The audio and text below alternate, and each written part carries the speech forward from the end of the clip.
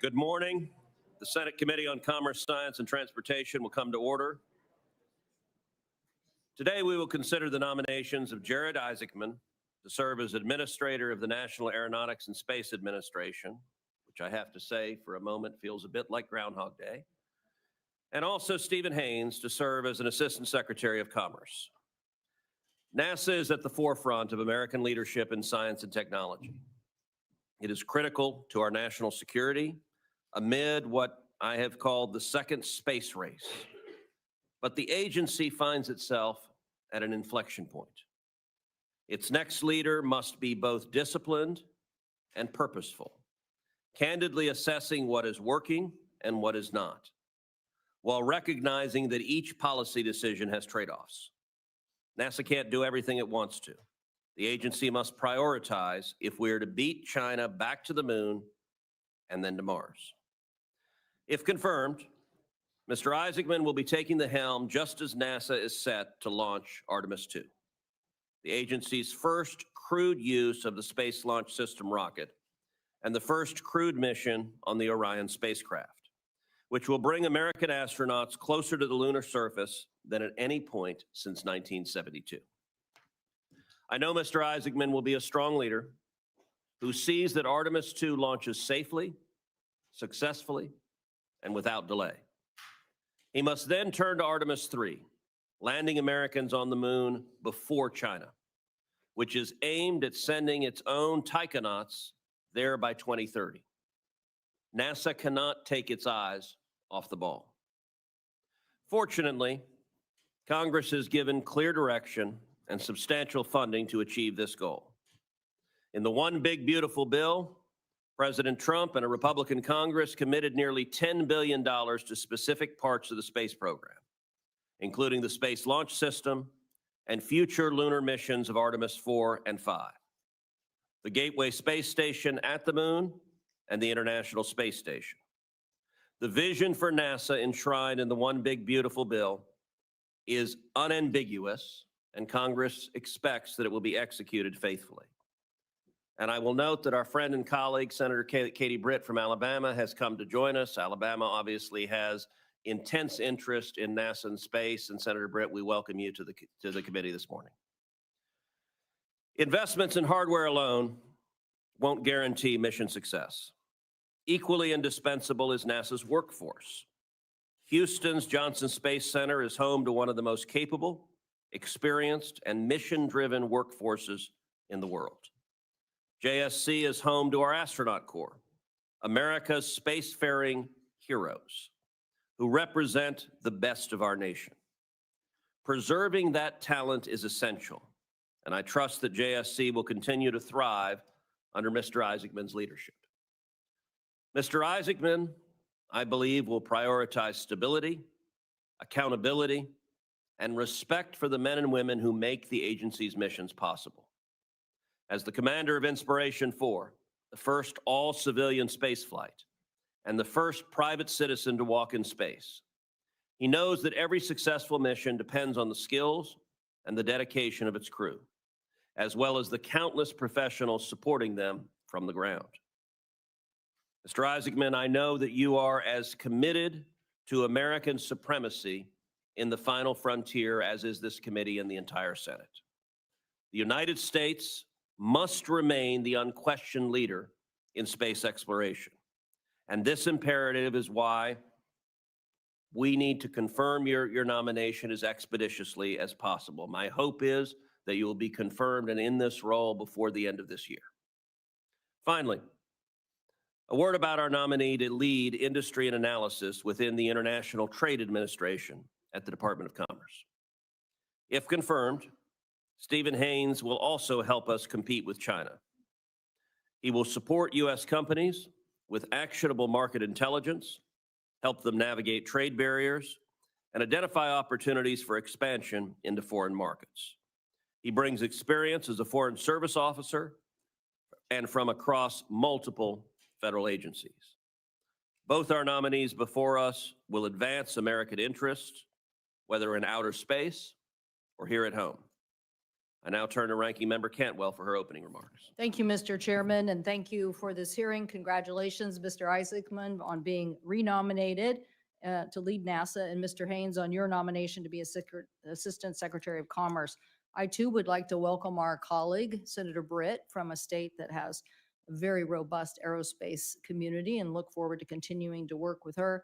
And I'd like to say a special welcome to two Washingtonians who are here, Bill Nye, the science guy from Washington, and Mr. Dietrich, who is Mr. Haynes' father-in-law. Great to have you here as well in support of him. Mr. Isaacman, I supported your nomination the first time you came before the committee, and I hope to do so again. I, as the chairman mentioned, hope to get you in this position before the end of the year. But there is no secret that a lot of NASA changes have been made since the last time you were before this committee, including the NASA decision to recompete for the lunar lander, the release of the president's proposed NASA budget, which calls for cutting the agency's budget by nearly a quarter in the workforce, and nearly a third of the science funding cut in half. So given all that, I'm glad you're here. I'm glad you're here to answer questions about NASA's future. And I hope that today's hearing will show that there's bipartisan agreement, strong bipartisan agreement, that we must redouble our efforts to get American astronauts back to the surface of the moon as soon as possible. At our committee hearing in November, we heard concerning testimony from several expert witnesses who left little room for doubt that the current SpaceX lunar lander would not be ready to put Americans back on the moon either in 2027 or 2028. And this is almost certainly would lose the race to China. And I know that you are going to have robust competition. In response, the acting administrator, Duffy, reopened the contract and its competition for the lunar lander that can be ready sooner by the end of 2028. And I think this was the correct decision. And I expect you to continue executing on this plan if confirmed. To be clear, winning the race to the moon is not just about short-term token victories. It is the first step in accomplishing a very long-term presence on the lunar surface, which is strategic economically and in a national security imperative. Mr. Isaacman, I expect to hear from you today about how you will ensure we achieve these goals. NASA is also much more than just a moon exploration program. The agency leads in a number of other vital strategic missions, including aeronautic research, space technology, and of course the agency's critical science mission. NASA is one of the world's leading research and development organizations. I think that's why we have, I don't know, about 50 people waiting outside to get in this hearing room. I think they really believe you're going to get confirmed, and they all want to be first in line to talk about all these developments. NASA is one of the leading research and development organization and agency that feeds a multiple of sectors of innovation, including AI, quantum, advanced aerospace materials, and manufacturing and aviation safety. You and I have had a chance to talk about this issue as it relates to, in my home state, 1,500 companies from a robust aerospace supply chain, including 40 Artemis program suppliers, and this issue of a tech hub working on next generation thermoplastics that is so critical to all space and aerospace manufacturing to get a high rate piece manufacturing production. Nevertheless, as we discuss these issues, OMB Director Vaught has been working to gut NASA's budget, especially in science. Earlier this year, multiple NASA whistleblowers provided evidence showing that OMB was pushing NASA to implement the dangerous cuts requested in the president's budget for fiscal year 2026, disregarding the law and the impacts that this would leave on NASA. This is just unacceptable. Mr. Isaacman, if confirmed, I expect you will push back on these dangerous ideas and advocate for NASA's budget. Oh, I also invite you to visit Washington State.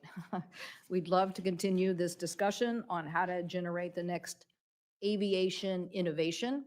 It's clear that there's a lot going on that will help us on the Moon to Mars mission, not just the 40 Artemis suppliers, but a lot of other issues in how to guarantee our satellite communication for the future and how to make sure that is secure.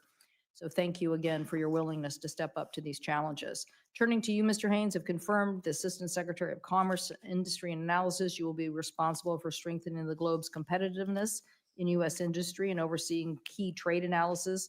You would lead a team charged with value-added analysis and tools to support economic policy decisions.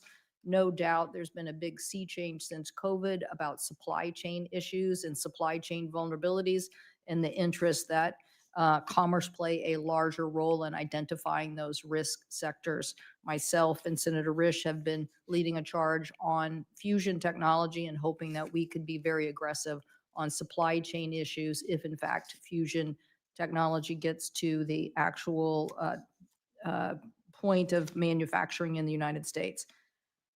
So I look forward to working with you on those supply chain issues. And I want us to continue to know that we have to reduce tariffs. In my mind, tariffs are causing Americans to be challenged on affordability issues. And I look forward to working with you and asking you questions about that agenda as well.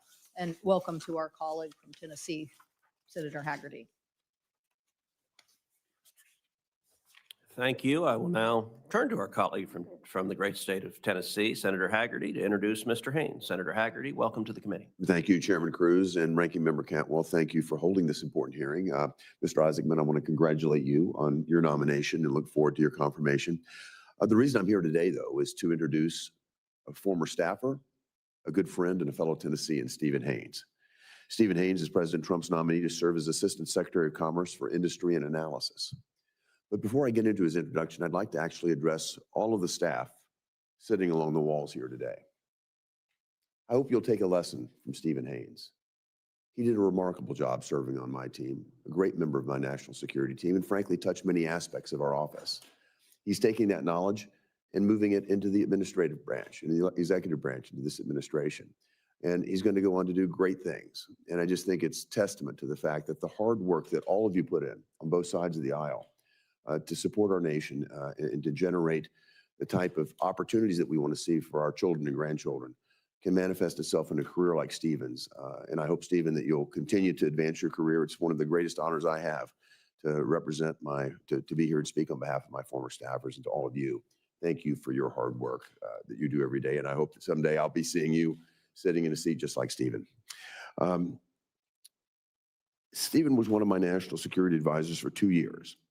His counsel was critical, covering nearly every issue that came to my office, from supporting my role as ranking member of the Banking National Security Subcommittee that covers export controls and CFIUS work, to State Department reauthorization and consular issues on the Senate Foreign Relations Committee, to the important work of funding the government through the appropriations process.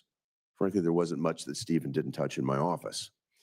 Before his time in the Senate, Stephen served as a Presidential Management Fellow.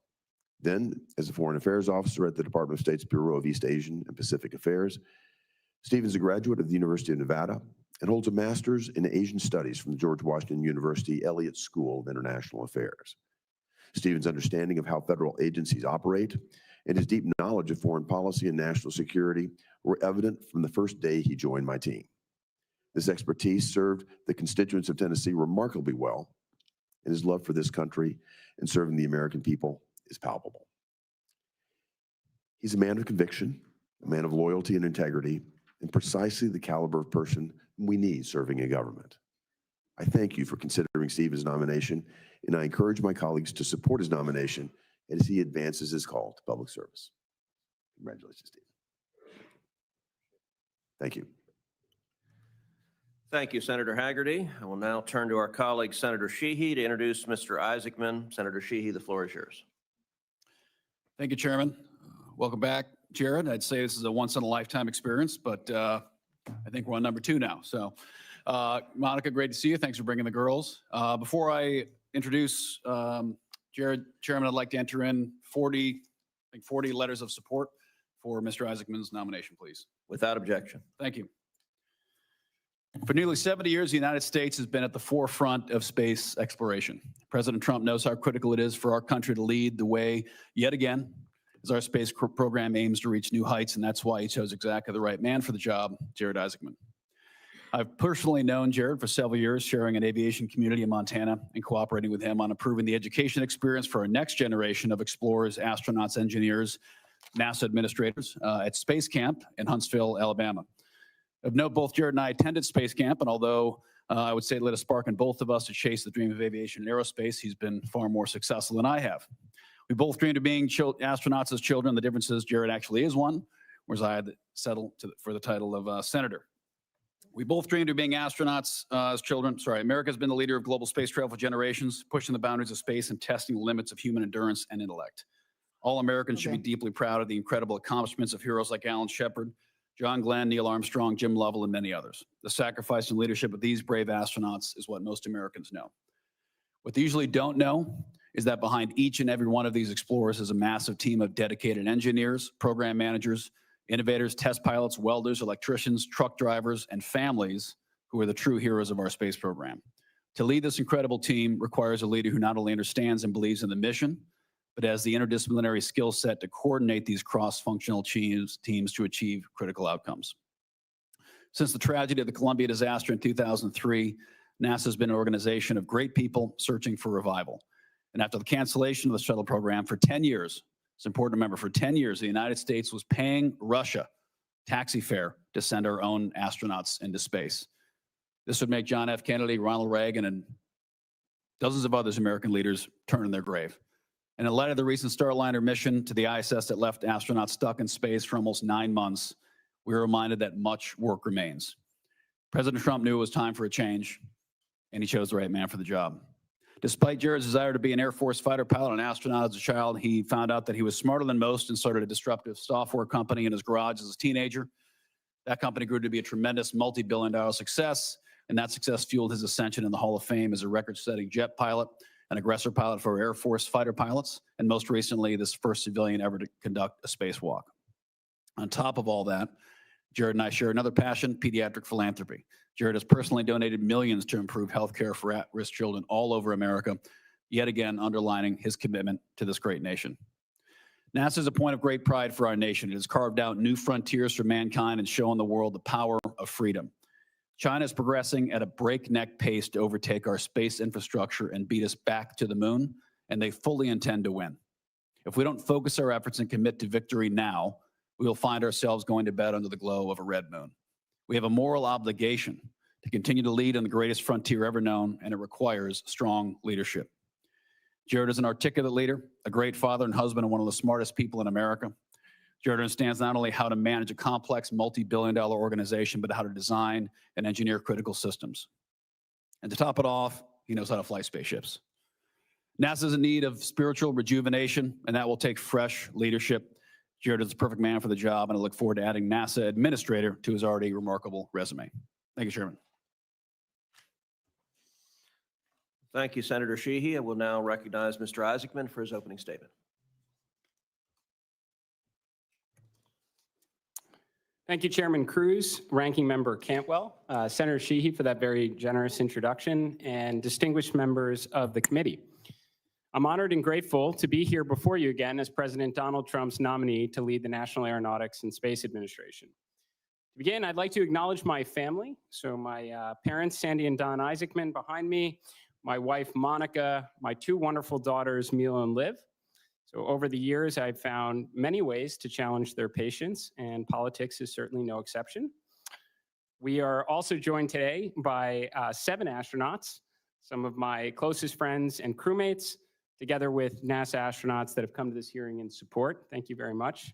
I also want to acknowledge and appreciate that Senator Britt from the state of Alabama is here today. So not only home to Marshall Space Flight Center, but also to Space Camp, which is where my journey began.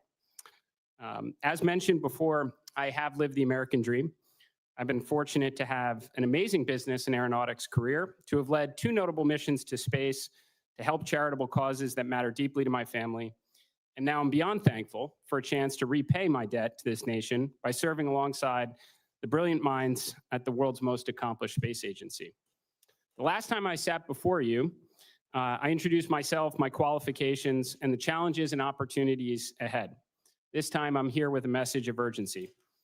After more than a half-century, America is set to launch NASA astronauts around the moon in just a matter of months. This is a challenging endeavor, to say the least, and one that requires full-time leadership. Secretary Duffy, in his letter to this committee endorsing my nomination, emphasized this point. The message is shared by more than 4 dozen other letters of support, including an online petition started by members of the NASA workforce and a letter from 36 NASA astronauts who, like me, have sat through anomaly investigations, launch and flight readiness reviews, and have accepted the risks of going to space and understand what is at stake. And I know it's not lost on anyone in this room that we are in a great competition with a rival that has the will and the means to challenge American exceptionalism across multiple domains, including in the high ground of space. This is not the time for delay, but a time for action. Because if we fall behind, if we make a mistake, we may never catch up, and the consequences could shift the balance of power here on Earth. This Congress, and specifically this committee, understand the urgency of the moment, placing a historic investment in human space exploration that President Trump signed in the One Big Beautiful Bill. It's now time for NASA and its partners to deliver. To that end, I want to assure you, senators, I'm not here for personal gain, to favor or enrich contractors, to close centers, or disrupt programs that are essential to completing America's objectives in space.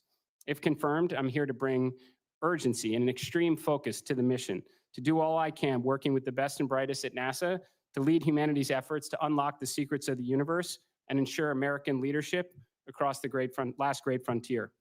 In concert with that grand endeavor, we will ensure the following: the success of the Artemis program that President Trump began during his first term.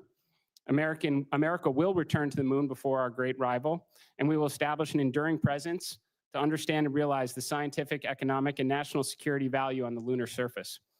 Along the way, we will pioneer the next giant leap in capabilities to extend America's reach even further into space, including expanding and accelerating investments into nuclear propulsion, both nuclear electric and nuclear thermal, and surface power programs. These efforts, in addition to industry partners building reusable launch vehicles, will set the stage for future missions to Mars and beyond. We will never accept a gap in capabilities again, not with our space station presence in low Earth orbit or our ability to send American astronauts to the moon. We will strive to build an orbital and lunar economy that can fund the future we all want to see in space someday and not rely exclusively on the taxpayer. We will begin making the investments now for the inevitable spacefaring future that is just on the horizon.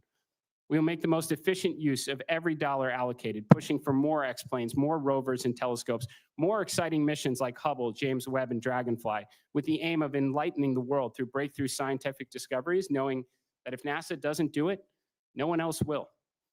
Some of the most talented people in America show up to work at NASA. Alongside a reinvigorated culture and an intense focus on achieving the near impossible, what no other organization is capable of or even dares to accomplish, we will achieve these objectives. And when, not if, we get the job done, it will be because of the professionals at NASA, our international and our commercial partners, this committee in Congress, and President Trump's administration that will have succeeded in ushering in a new golden age of science and discovery. We'll do it for America, for humankind, and in doing so, we will inspire the world and generations to follow to take us even farther. We are just getting started on the greatest adventure in human history, and with urgency and purpose and extreme focus on the mission, NASA will lead the way. Thank you. Thank you, Mr. Isaacman. I now recognize Mr. Haynes for his opening statement. Thank you, Mr. Cruz. And here I was thinking that all the fanfare outside was for industry and analysis, but not the first time I've had my bubble burst. Chairman Cruz, Ranking Member Cantwell, distinguished members of the committee, it's an honor to be with you here today. I'd like to thank President Trump, Secretary Lutnick, and Undersecretary William Kimmett for putting their confidence in me to serve as the Assistant Secretary of Commerce for Industry and Analysis. I'd also like to extend my deepest gratitude to Senator Hagerty for introducing me today. I feel incredibly fortunate to have his mentorship and support. It's also an honor to have several of my family members here with me, starting with my incredible wife, Erica Haynes, who's sitting behind me. Our first year of marriage, she asked me what I wanted to do with my life career-wise, and I thought I gave her the right answer, which was to be a good dad, to be a good husband. And she gently reminded me that that was the bare minimum and challenged me to aim higher. And her continual love and support of the past 10 years of marriage has challenged me to do just that. Our first son, Henry, is here as well. It's the honor of my life to be his dad and to have him by my side. His little brother, Oscar, has been on the planet for a total of 10 weeks. And so he decided to forego the hearing, stay home with his grandmother, probably taking a nap right now. My father-in-law, Guy Dietrich, is here from Washington State. Thank you for being here, as well as one of my 3 older sisters, Heather Prey, and her husband and my best friend, Charlie Prey. My parents, Paul and Christy, were unable to make the trip to Washington, D.C. today. but they're proudly watching from home in Franklin, Tennessee. I inherited a tenacious work ethic and a drive for excellence from my father and a sense of faith and conviction from my mother. They shaped me into the man I am today, and there's no way I could ever repay them for that. I grew up in Franklin, Tennessee in the 90s at the height of Pax Americana. I distinctly remember driving home from school with my mom and her telling me that we lived in the greatest country in the world. And even at a young age, I was filled with a sense of pride and excitement and expectation for the future. I truly felt lucky to be an American. And I carried that pride with me as I left America to study abroad and then start a career in the oil and gas industry in Asia.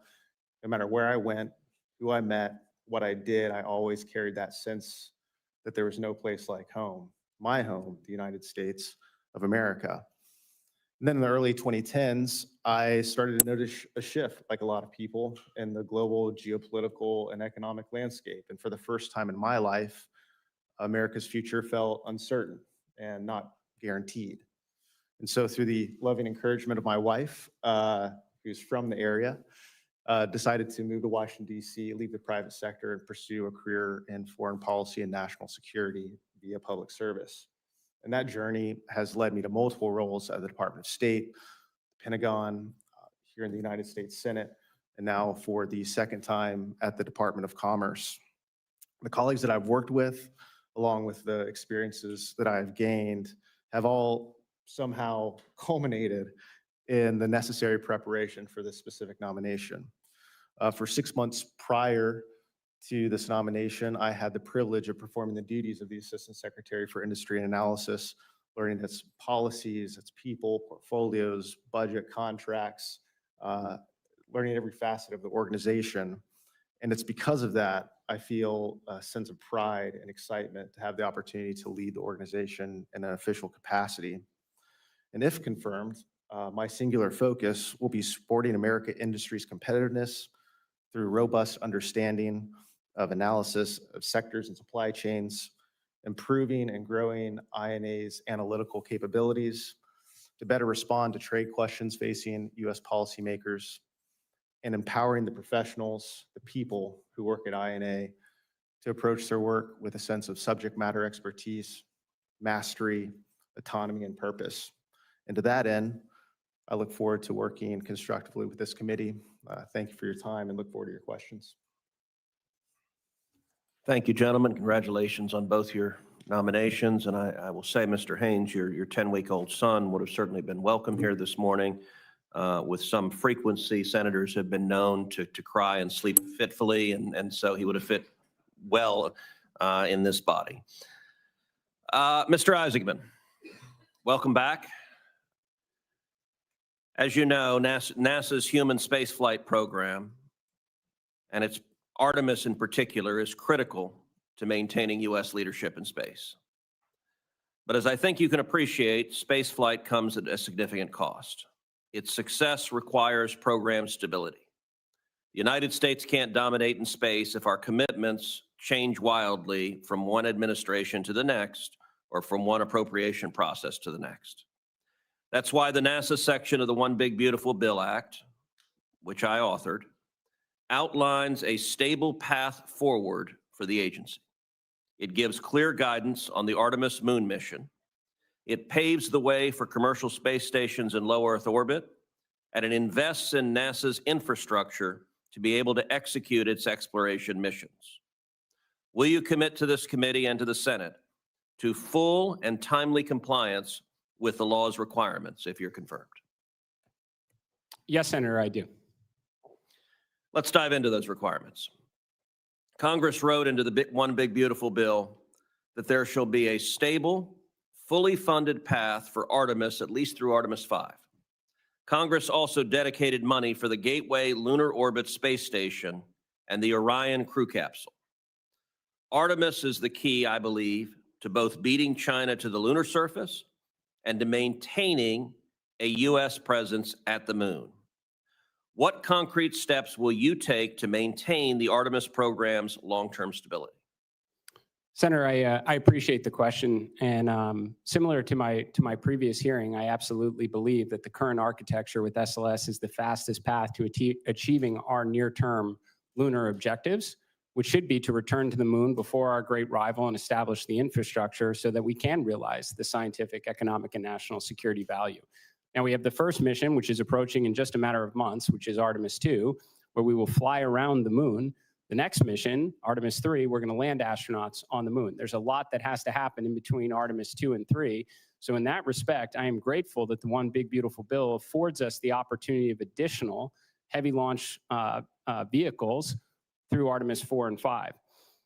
Now, in order for, with respect to the continuity of the mission, Senator, in order for us to actually land the astronauts on the moon, it will mean that one, or ideally two, commercial partners will have pioneered reusable heavy launch lift capabilities and orbital propellant transfer to get the lander to the lunar environment. And when we see American astronauts walk on the moon again, it means one or both of them were successful. So in doing so, after completing the Artemis 5 mission, which is already contemplated in the One Big Beautiful Bill, we should have numerous options available to us to have routine and affordable missions to the lunar surface for continuity beyond Artemis 5. It's also part of U.S. law that it is American policy to have sustained human habitation either on the moon or in cislunar orbit. Do you agree with that objective, and do you commit to doing everything humanly possible to achieving it? I do, Senator. I think the President of the United States would be very excited to see a lunar base. And I will say, just a minute ago, you talked about competing providers. I want to be very clear. I have no particular interest in one provider versus another. My interest is in making sure the objective is achieved. And at times, some have suggested that the objective of going to the moon and the objective of going to Mars are in tension. I don't believe they're in tension. I believe both are critical. America will be the first to land on Mars. That is critically important. That is written into law, and I was proud to author that provision in law. But I also think at the same time, we cannot lose the moon and lose the race to the moon to China. Do you agree that both are critical priorities? I do, Senator. And again, consistent with my prior testimony before this committee, there actually are parallel efforts underway. Now, there is no question the overwhelming near-term priority is to return American astronauts to the moon and, again, establish an enduring presence on what is a very scarce piece of real estate that we're interested in at this time. But as I mentioned before, in order for those American astronauts to step foot off a lander onto the lunar surface, it means one or both, and actually potentially many more commercial providers will have pioneered reusable heavy lift launch capabilities and on-orbit prop transfer, which is the same capability, really the next giant leap capability that America needs for missions to the moon, Mars, and beyond. The International Space Station, which is managed from Texas's Johnson Space Center, is scheduled to be retired by 2030. It will be replaced by one or more commercially developed stations, partially funded by NASA and partially by private partners. Congress has been clear that a gap in our presence in low Earth orbit would jeopardize U.S. strategic interests. Will you commit to guaranteeing a continuous human presence in low Earth orbit and a continuous American presence during your tenure, and to ensure that there is no gap between the retirement of the ISS and the transition to commercial LEO destinations? I absolutely commit to that, Senator. As I mentioned in my opening remarks, we can never accept a gap in our capabilities again, not in low Earth orbit or our ability to reach the moon. I, like a lot of space enthusiasts, dream of the day where we have multiple commercial space stations in low Earth orbit. But I think in order for that to be a financially viable model, we have to absolutely maximize the remaining life of the International Space Station, get the highest potential science and research to the space station to crack the code on the orbital economy to give all these commercial space stations a fighting chance. Thank you. Senator Cantwell. Thank you, Mr. Chairman. Thank you, Mr. Chairman. Sorry, I had to step out for a minute and take a call from another member, but I just want to make sure I heard everything you just said correctly on this. So when Secretary Duffy, as the acting, announced NASA would reopen to compete Artemis 3 human lander to ensure America would reach the lunar surface in 2028, you agree with that decision, and will you fully commit to this recompetition? Well, Senator, I mean, both SpaceX and Blue Origin were already awarded contracts through a competitive process to build the lander. And I don't think it was lost on either one of those organizations that the first company that is capable of delivering a lander to take American astronauts to the lunar surface and back is the one that this nation is going to go with. I think that competition is fantastic. I think the best thing for SpaceX is a Blue Origin right on their heels and vice versa. Great. Well, we're glad they recompeted, and when I first became ranking member of the committee, we argued for the redundancy of competition. There's nothing like competition to get the product that we need. And I think the decision that was made was based on the urgency to return by 2028. So you believe in that process? Senator, I absolutely agree with competition. I think we need competition for the vendors that support NASA's critical mission. I think competition among world powers is actually a really good thing, just as long as we don't lose. Okay. The R&D issue about high rate composites, I mentioned in my opening statement, the HiCam project, which does have NASA's support in trying to generate more composites. We have with Idaho established a tech hub in thermoplastics, and really believe that the United States should not lose this race for high rate composite manufacturing. Will you fight to keep for NASA's aeronautic budget to sufficiently fund such HiCam operations and support the technology development that is needed for aerospace materials? Senator, I think it's squarely in the responsibility of the aeronautics portion of NASA to work on the absolute cutting edge materials that will ensure the competitiveness of our aeronautics industry well into the future. Okay, and then how can you further leverage NASA's university work for development and research? I think, I mean, there's a couple parts to that, Senator. First, I think in general, it's part of NASA's responsibility towards inspiration in STEM education to award grants to academic institutions that give students hands-on opportunities with hardware, ideally inspire them to want to graduate and either work at NASA or contribute to industry. Also, I just think it's a great way to, crack the code on important research that's going to bubble up towards NASA achieving its important objectives. Okay, thank you. And Mr. Haynes, how do we get this supply chain onshoring or supply chain materials similar to this same subject? One of the reasons I became interested in the Tech Hub is actually an Idaho employer came to me and said, "Do you understand the Europeans are trying to buy us?" And I was like, "No, I didn't understand that." And he said, "Yes, everybody's looking for the best technology and they see it in our country and they want to buy it. And we're not doing it and creating the supply chain." So how do you think this job and role you can help improve supply chain identifications for America's competitiveness, particularly in manufacturing? Oh, thank you. Thank you, Senator. One word simply is mapping. We're doing this across a wide variety of sectors. Critical minerals, one, mine to market is a term that we use often. We have to understand the supply chain, understand where their choke points are, if any. There's two components with it: industry analysis that do supply chain analysis, the trade policy analysis or TP&A division, as well as the supply chain center. There's a good amount of overlap there. If confirmed, one of my sole focuses is going to be to supercharge our analytic capabilities, bring some in-house, currently out-of-house tools in-house to be able to answer specific questions just like that, and be able to have a little bit more ball control in terms of mapping and analyzing supply chains. And do you look at this issue as a true competition issue with China and other countries to make sure that we are mapping these supply chains? It absolutely is. It's a competitive issue across the board.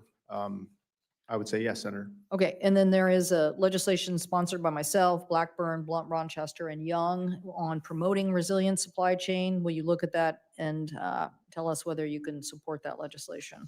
I have looked at it. We provided initial TA, and if passed, I'd be happy to implement it to the fullest extent and work with the committee to do so. Do you see any problems with it now? I would have to read the bill over again. The current text is escaping me, but I'm happy to do that. and For the get back record, to that you. would be great. Thank you ma'am. so much, Mr. Chairman. Thank you. Senator Moran. Chairman, thank you. Thank you and Senator Cantwell for exhibiting greater speed than the normal Senate process in having this hearing in hopes that I'm pretty sure glaciers move at greater speed. we share that view, Mr. Chairman, and nice to see that this committee is moving forward in regard to consideration of confirmation of a new NASA administrator. And I look forward to his confirmation and look forward to the Senate considering it, his approval in this committee and the Senate approving it presumably next week. Mr. Isaacman, let me start with you. My intended questions changed a bit because I received a letter this week from a Kansas farmer. And it captured my attention because I certainly share the views of Senator Cantwell and Senator Cruz in regard to the moon and Mars. And that's, I suppose, what nationally the public thinks about NASA is that we're on our way to some object in space and we're exploring space. But NASA has lots of roles. You've talked about STEM education being one of them. I want to mention for a moment the mission directive of science. And the letter that captured me is from a Kansas farmer named Mr. Roth, and he indicates to me that NASA's earth science investments, I'm reading from his letter, now directly support U.S. farmers in ways that were unimaginable even a decade ago. Tools based on NASA's data and science like OpenET, NISAR, the Rangeland Analysis Platform provide real-time field-level insight into soil moisture, biomass, drought stress, water use, yield stability. These aren't future technologies, he says. They are already built, functional, and being used in states like mine today. He mentions FIAT is a national farmer science partnership that brings early development producers together with NASA researchers to co-develop practical on-farm tools using satellite data. This mission is to unite farmers with NASA to turn Earth observation technology into real-world decisions that support profitability, water efficiency, and risk reduction. Kansas farmer found value in NASA. It's something that we don't always talk about and think about when we think about space. I'm looking for your thoughts in response to what this farmer is reminding me of. How do you see NASA supporting or operationally developing the satellites that support precision agriculture? Tell me your response to this idea that NASA has a role to play in the everyday lives of Kansas and American agriculture. Thank you for the question, Senator. I mean, at the present time, we only inhabit one planet, and Earth science is pretty vitally important. It's a role that NASA has had since the agency was established. We have Landsat satellites up there that are looking down, understanding droughts and flooding and wildfires, natural disasters, just almost essentially in real time that obviously play a direct role on the agriculture community. There's obviously our GPS constellations that are, going to go hand in hand with agriculture equipment for next generation farming. So I do see this as a vital role that NASA continues to fulfill. I thank you for that statement, that commitment. I'm pleased to be a member of this committee, and I chair the subcommittee on aviation and space, but I also serve as the chairman of the Senate Appropriations Committee that funds NASA as well as the Department of Commerce. And Mr. Isaacman, have you had a chance to look at our budget, our appropriations bill, in any response to what our committee has approved and what we expect to be on the Senate floor in the next 2 weeks? Well, Senator, I don't think I can really comment on any pending legislation other than to say that we will absolutely maximize every dollar Congress affords to the agency. Would you expand that commitment to say that you will execute the funding that we provide to NASA in this legislation as it's intended to be spent? Senator, I will always follow the law, sir. Thank you. I would also use this opportunity to indicate that upon our success in bringing the Commerce, Justice, Science bill to the Senate floor, I encourage all my colleagues who are so excited about space exploration and going to the moon and going to Mars, and maybe who have an interest in agriculture and earth sciences, I would encourage them to actually vote for the appropriation bill so that we can, in addition to authorizing and confirming personnel, we can actually accomplish the goals that this committee is spending time this morning highlighting. Let me ask about another aspect. I have 14 seconds. Let me ask a question in fairness so that the gentleman from Tennessee is not ignored.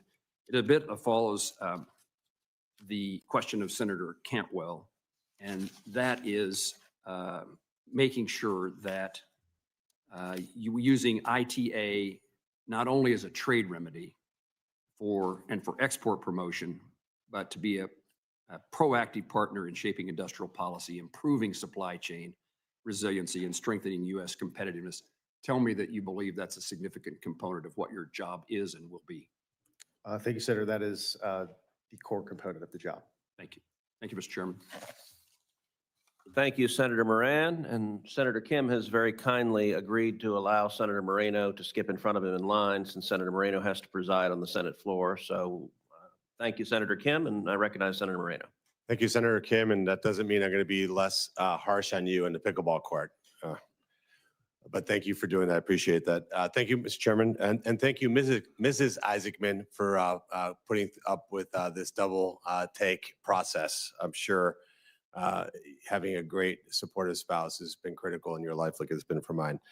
Mr. Isaacman, as the administration looks to accelerate Golden Dome and strengthen national security space capabilities, how do you see NASA and the U.S. Space Force better coordinating their work in power, propulsion, communications, and hypersonic missile testing, especially given the unique test environments at places like Armstrong Test Facility to avoid duplication and move faster?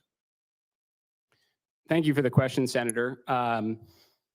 So clearly NASA's job is the peaceful exploration of air and space. It's also not lost on us that this is a domain that is of great strategic importance. And I do think in a fiscally constrained environment it is important that we are not having duplicate infrastructure or various bespoke programs when we could have a more unified approach to it. So for example, a lot of the work that is done both at Glenn and Marshall Space Flight Center with nuclear has applications for peaceful exploration of space, surface power programs, but also Department of War implications. And I'd hope that we could collaborate at least with some of our counterparts in other agencies, again, to avoid any duplicative spending or inefficient application of resources. That's great. Speaking of nuclear, at NASA Glenn Research Center, we're leading the development of a 100-kilowatt lunar fission reactor. How should NASA build on this leadership in nuclear power and propulsion to ensure that the U.S. stays ahead in returning to the moon and reaching Mars? Well, Senator, I love that question. I think NASA is funded by the taxpayers to do the near impossible. As I mentioned in my opening remarks, what no other agency or organization or even company is capable of doing or dares to do. I think NASA should be evolving to work on grand, almost mini Manhattan Project nuclear programs that have the benefit for surface power applications, especially when you're out of sunlight or you're undertaking discovery missions, let's say past Mars, for example, or even actually on the surface of Mars for manufacturing propellant. So I think there is this working, whether it's on nuclear electric propulsion, nuclear thermal propulsion, surface power programs, there is a ton of applications that NASA should be working on in that regard. And when NASA does work on the near impossible, what no one else is doing, it attracts the kind of talent that wants to participate in those programs and achieve these kind of, I guess, world-changing breakthroughs. Appreciate that, and look forward to having you and hosting you in Cleveland at NASA Glenn. Very easy trip from home, so I won't keep him long. He'll be home for dinner if he comes and visits, as opposed to Texas, really far away. It's a very out-of-your-way trip to go down there, but Cleveland right around the corner. Mr. Haynes, the U.S. depends on specialized aerospace supply chains. What is your plan to strengthen domestic component manufacturing and reduce reliance on Chinese suppliers? Thank you for that question, Senator, and thank you again for meeting with me yesterday. I appreciated the time and hearing what your priorities are. I would say three things. One is the role of industry analysis is to support a wide variety of trade policies We are currently conducting a number of different investigations, supporting a number of different investigations, like Section 232s, 301s at USTR. And as a part of that, we are understanding what these supply chains are, where they head, and how to create the incentives to bring those back here to the United States. We're meeting with industry regularly. Our Deputy Assistant Secretary for Manufacturing was just at the Dubai Air Show. He's met with Boeing, he's met with a number of different aviation companies, understanding what their needs are and coming up with creative solutions to bring that back here to America. Perfect. And last question, you do obviously a lot of data. I mean, your job is to really make certain that people understand what the set of circumstances are. Others opine and make decisions, et cetera. Would it be possible without President Trump's policies for us to have gone from 51% of the cars sold in America being made in America at the beginning of this calendar year to where we are right now, which is at 57% and climbing of the cars sold in America being made in America? Without President Trump's policies, would that 6-point swing in less than a year have been possible? No, Senator. Thank you. No questions. Thank you, Mr. Chairman. Thank you. And now I recognize Senator Kim. Thank you, Chairman. Mr. Isaacman, good to see you again. Last time around, we had a lot of opportunities to be able to talk between the two of us. We both stress how important NASA is and space exploration is to our country, to our science. And while we didn't see eye to eye on everything, I was willing to support you. Now you come before us again. And one thing that has come up that is on my mind right now is having seen a document named Project Athena. So I guess I just want to ask you, what is Project Athena, and do you stand by what is in that document? Thanks for the question, Senator. So at the time of my previous nomination, moving into a new environment such as government service at a responsibility as great as the leadership of NASA, I had called a draft document that I continued to update based on my interactions with, well, the briefing leadership at NASA's agency, my interactions with various senators and their staff, basically ideas, thoughts on the direction of the agency, research requests. It was always something that was meant to be refined with actual data should I have been confirmed in it. But I do stand behind everything in the document, even though it was written 7 months ago. I think it was all directionally correct, consistent with prior testimony and my interactions with various senators. So you're the author of the document? I am, Are Senator. you the sole author of the document? I am, Senator. So I guess the challenge that I have is when you came before this committee a couple months ago, actually in response to the chairman, you said to him, quote, "Senator, I have no intention as of now to say that I would cancel any program. I need to, if I'm confirmed to be getting a job, understand where things are at." You know, and what we had talked about is that if you were confirmed that you would go in, you would allow yourself to be in the job before you make these decisions. You would engage with the NASA employees and others. So when I see in Project Athena comments like calling for a reevaluation of sustained lunar presence, I mean, you said to the chairman today that you're committed to Artemis, committed to an enduring presence on the lunar surface, but then you just tell me right now that you stand behind the document and stand behind, I assume, this statement about reevaluating the sustained lunar presence. So I'm just having trouble understanding what to believe. So do you stand by that comment in that line in Project Athena about reevaluating a sustained lunar presence? Well, Senator, I mean, it was 62 pages worth of material. So I imagine any one sentence or so can be taken out of context. But in my prior testimony before this committee, I said it was imperative for us to realize our near-term lunar objectives. I think at the time I said, and determine, the scientific, economic, and national security value of being on the lunar surface. I think today I come before you because there's overwhelming clarity within the administration of not only to return the moon before our arrival, but also establish the infrastructure for an enduring presence. So that naturally, 6-7 months is an awful lot of time.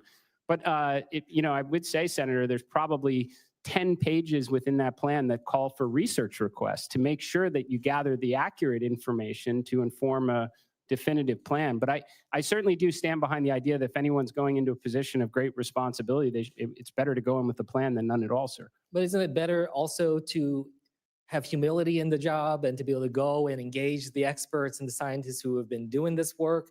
I mean, I don't mind people having a vision and having priorities, but you had told this committee that you would hold off on making up your mind, but the document very much came. And I wasn't trying to take anything out of context. I'm giving you the opportunity to explain it. So like, for instance, you responded to a colleague of mine about the importance of climate science and the role that science is playing, NASA is playing in that way. But in the Project Athena, you say, quote, well, you say NASA should be, quote, taken out of taxpayer-funded climate science business and leave it for academia to determine.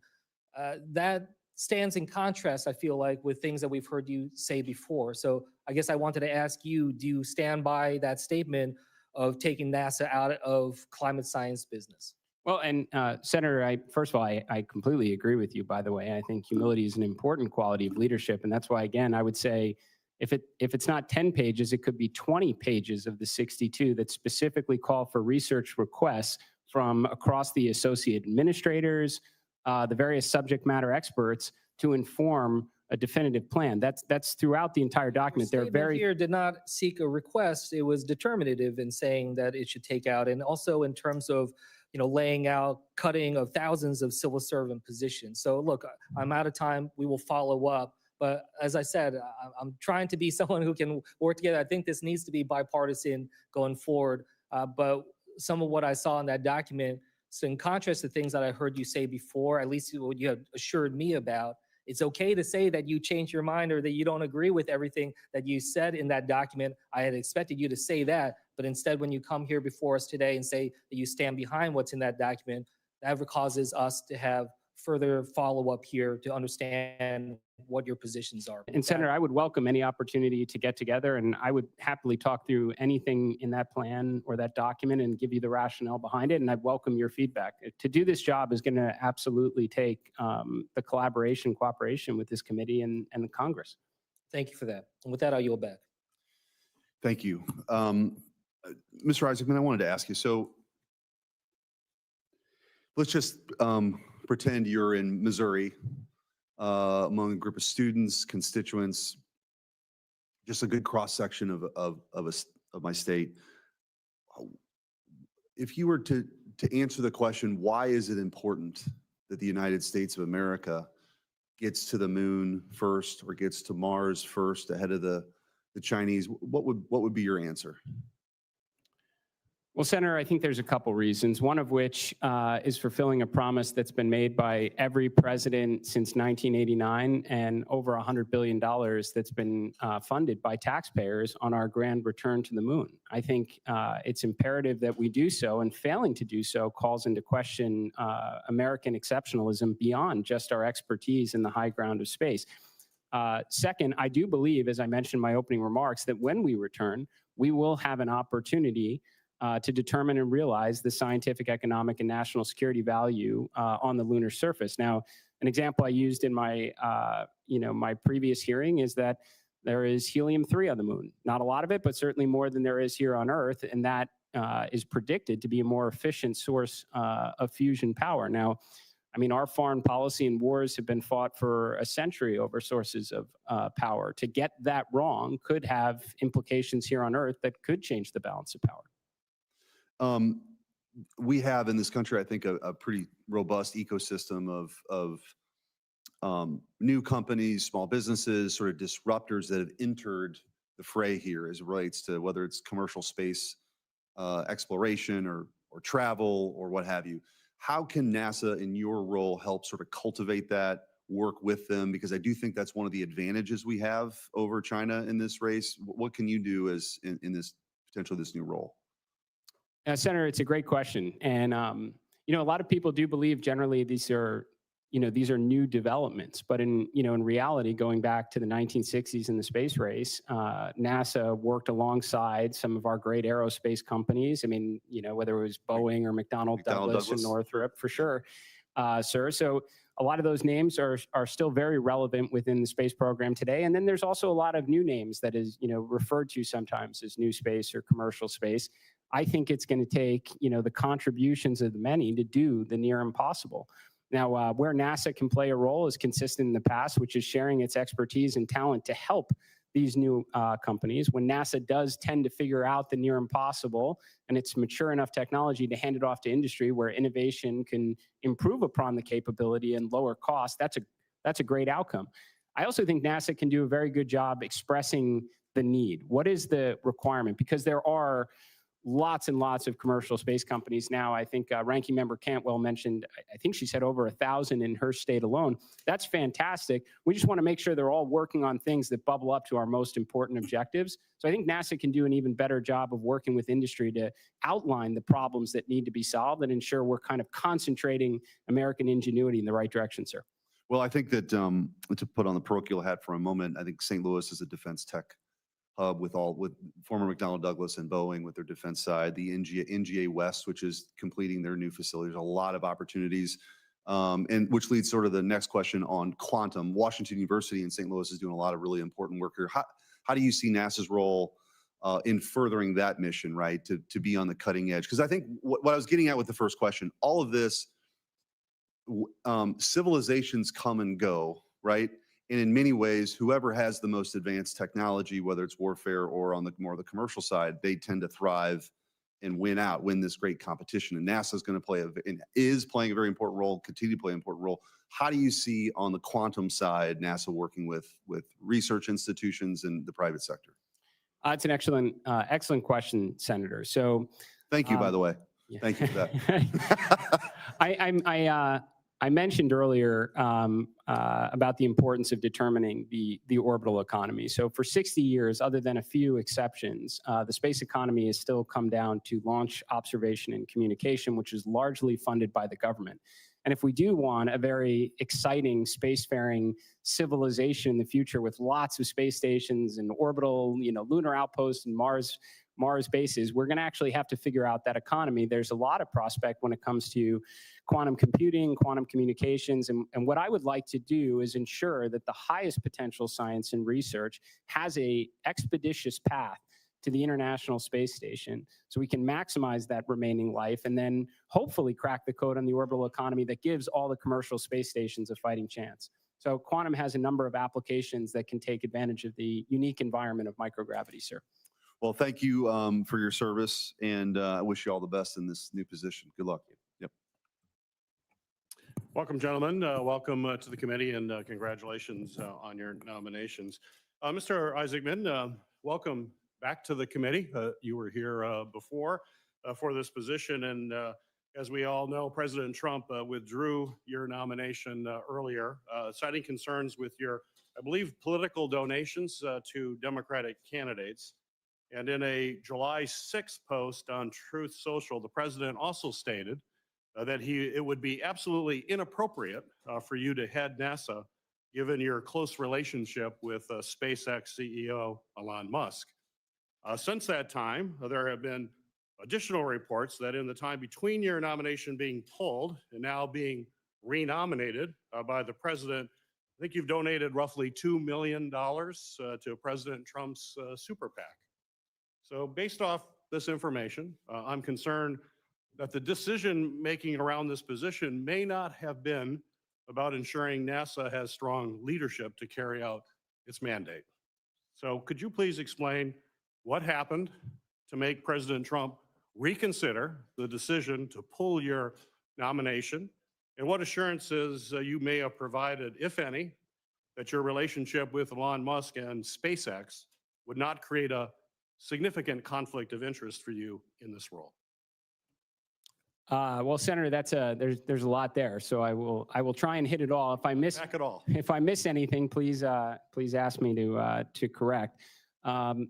So first and foremost, I wouldn't even begin to want to speculate, why the president nominated me, withdrew it, and renominated me, other than to say I was grateful for the opportunity in the first place. It was an incredible experience. when the president pulled my nomination, he gifted me an extended summer vacation where I could take my kids on some adventures before they lose interest in me. And then I understand that he ran a competitive process and interviewed several candidates. I was grateful for consideration at the time, and happy to be here now. In terms of donations, I think it was covered over the summer. I actually felt I had enough exposure to Washington and got over maybe some of the initial intimidation factors, so much so that I thought perhaps I would have a political career, maybe be able to contribute for all the right reasons. So it shouldn't be surprising that I supported the Republican Party. I mean, at the same time period, I probably made 30 times that amount in donations to charitable causes. With respect to Elon Musk, that question comes up. In fact, every story I see that writes about my nomination refers to the Musk ally or the Musk friend. It's funny that in a world where everybody has a phone with a camera on it, there are no pictures of us at dinner, at a bar, on an airplane, or on a yacht because they don't exist. My relationship with Mr. Musk is the fact that I led 2 missions to space at SpaceX because it's the only organization that can send astronauts to and from space since the shuttle was retired. And in that respect, my relationship is no different than that of NASA. Mr. Haynes, congratulations on your nomination to such a critical role as well. If confirmed as the Assistant Secretary, you will oversee the Office of Industry and Analysis, which is housed under the International Trade Administration. As part of the office's responsibilities, INA produces trade data that is responsible for informing trade policies and decisions across the federal government. I think it's safe to say, and I hope you agree, that without accurate data, the federal government and this administration risk making short-sighted and ill-informed decisions that could impact domestic industries and workforces, as well as alienate some of our closest international allies. As you may be aware, earlier this year, the president fired the commissioner of the Bureau of Labor Statistics, which is responsible for complying critical economic data like employment numbers, as well as the inflation rate. Not only was this firing clearly political in nature, because the president didn't like what the data said, it also calls into question the accuracy of data produced going forward from the BLS. So my fear is that this firing and other offices throughout the federal government, including INA, which will oversee, will face political pressures from the president to produce certain figures, certain metrics that align with his policy goals, rather than actually publishing what the country needs, which is unbiased data and statistics. So my question for you, do you believe that there is any political influence in the data currently being produced by the Office of Industry and Analysis? And how do you plan, if confirmed, in ensuring that INA continues to produce the unbiased data, which is absolutely essential to policy making? Thank you for that question, Senator Peters. The short answer is no, there is no political bias in the data that we produce. And if confirmed, it will be one of my highest priorities to ensure that the data that we receive, both from industry partners, American companies, and from unbiased data sources, both private proprietary, will remain of the highest integrity.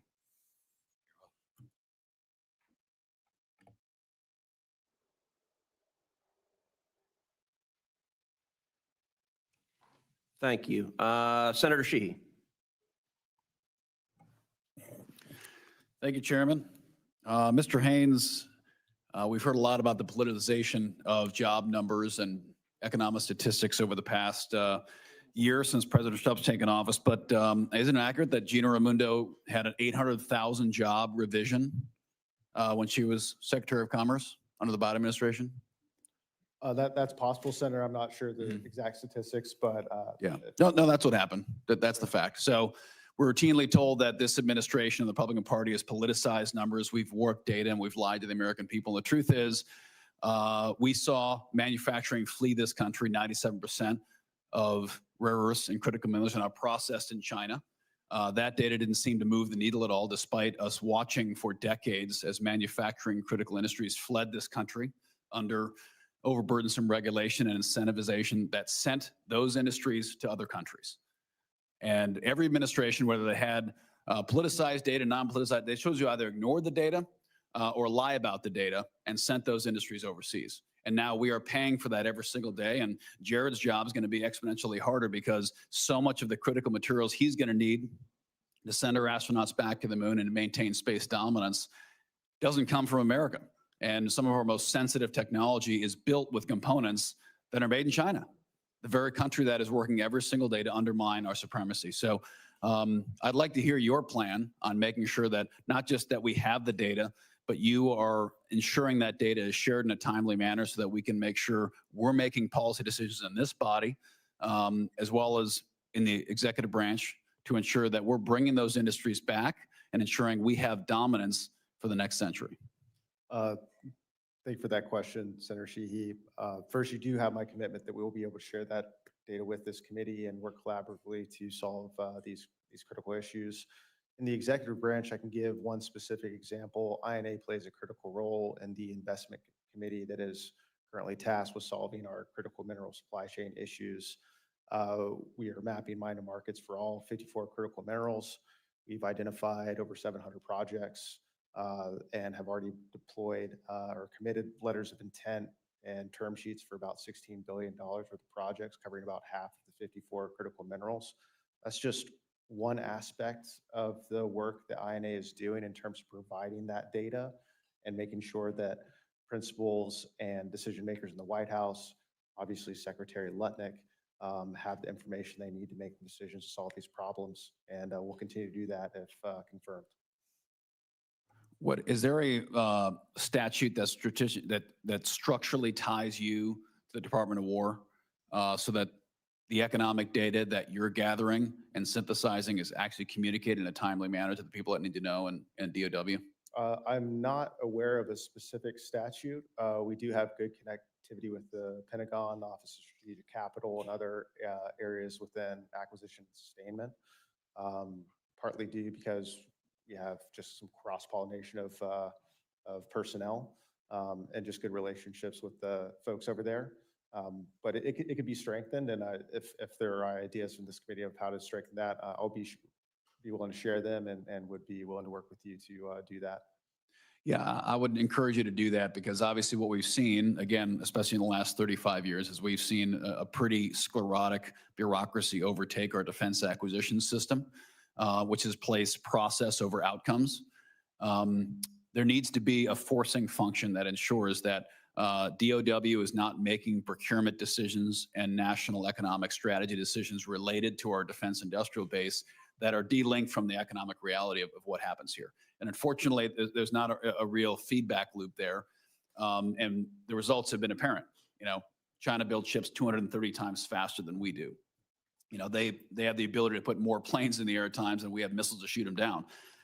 They have more material on the battlefield, the ability to project that power. And when we talk about the space economy, you know, every American interacts every single day with space, you know, 1,000 times, you know, a day. They don't even realize it. You know, GPS, without thinking about it, we press go on the Apple Maps and don't realize that if we don't have an orbital infrastructure that provides that GPS data, life shuts down. I mean, Uber doesn't show up at the street corner with you anymore. Your DoorDash doesn't arrive. Our entire life evolves around an orbital economy that will be critical in Jared's new role, but probably even more critical given your role to ensure we understand that those rare earths, the quantum computing that Senator Schmidt talked about, that all is going to derive from the data you provide, DOW, to make sure that our economic supremacy goes hand in hand with our military supremacy. So I would encourage you to try to make that link a little more structural and strengthen that because it's going to be absolutely critical in the next 10 years. Thank you.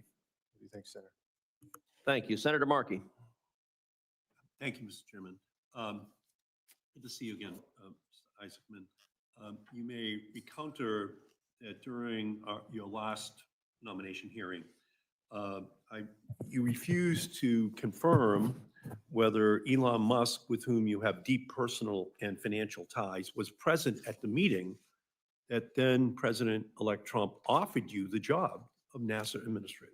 So I wanted to give you one more chance to set the record straight. Was Elon Musk in the meeting at Mar-a-Lago when President Trump offered you the job? Senator, it's great to have a conversation again. I I thought we really ran this one to ground last time, but what I will tell you, Senator, and I wish I had the opportunity to explain it further before, is my first interview with the president, I think I've had several opportunities since to reengage, was in a ballroom type setting, Senator. There were dozens of people moving in and out that I would not say were in the Yeah, meeting. It's a very simple question. Was President Trump in the room when, was Elon Musk in the room when President Trump offered you the job? Senator, my interview, my conversations with the president, and there were dozens of people moving in and out of the room, and I don't think it's fair to bring any of them into this matter. So once again, you're refusing to tell us whether Elon Musk was in the room that day. And that actually makes me think that Elon Musk was in the room that day, but that you understand that it's a clear conflict of interest that he was there. You're asking us to confirm you as the next NASA administrator, and SpaceX gets $15 billion from American taxpayers for its business with NASA. You also have multiple financial relationships with Elon Musk, including investments in SpaceX, a contract between his company Starlink and your payments company, and even more, you bought space flights from SpaceX. Mr. Isaacman, what was the value of these contracts for space flights with SpaceX? Well, I mean, Senator, just to clarify on these points, I have no direct or indirect equity exposure to any aerospace company, including SpaceX. I have disclosed all of my financial ties to the ethics officials at NASA, as well as the Office of Government Ethics. They've generated an ethics letter. I fully intend to adhere to it. I more than acknowledge that I went to space twice with SpaceX, but I point out they're the only company capable of sending astronauts to and from space since the shuttle was retired. My relationship with them is no different than NASA's. In fact, if there was more than one company, I suspect I would have paid less. So what was the value of the contracts for space flights with SpaceX? I mean, Senator, I don't think it's lost on anyone that going to and from space is rather expensive. We never disclosed the. Well, your financial paperwork suggests it was over $50 million. So was it 100 million? Was it 200 million? Senator, we've never disclosed it other than the fact that we were able to raise substantially more than the cost of the mission for charitable causes like St. Jude. So you won't tell us how much you paid the man who publicly campaigned for your nomination. Will you request that SpaceX release you? They didn't give me a discount, Senator. I appreciate that, but you were paying him. Will you request that SpaceX release you from the NDA so that you can provide the committee with this information? Senator, I will commit to always work with the appropriate ethics professionals to make sure I'm, continuously in compliance with my ethics agreement. Will you ask him to release you from the NDA so that you can provide that information? I have no issue asking them to release me from non-disclosure, Senator. Okay, that would be helpful. Mr. Isaacman, can you tell us, since President Trump initially withdrew your nomination, have you had any communication with Mr. Musk about the job of NASA administrator? I have not, Senator. You have not. So the American people actually deserve to know how much money you have spent personally on SpaceX, and whether the head of SpaceX and Starlink, Elon Musk, was personally involved in your nomination, because we're looking at conflicts of interest so big that they have their own center of gravity, and we just have to make sure that it's all out there and it's fully understood by the American people. And since your last nomination, we've received the president's 2026 budget request, which proposes a nearly 50% cut to NASA's science funding. Do you support President Trump's proposal to cut NASA's science funding in half? Senator, I certainly support the president's goal of reducing the deficit and shrinking our national debt. Now, an awful lot has happened from the initial presidential budget request to the continuing resolution that we've been operating into the one big beautiful bill that has plussed up additional funding for NASA. So I would, if I'm confirmed, I'd love to get my arms around where we are presently at. Well, a 50% cut to the NASA science budget is dramatic.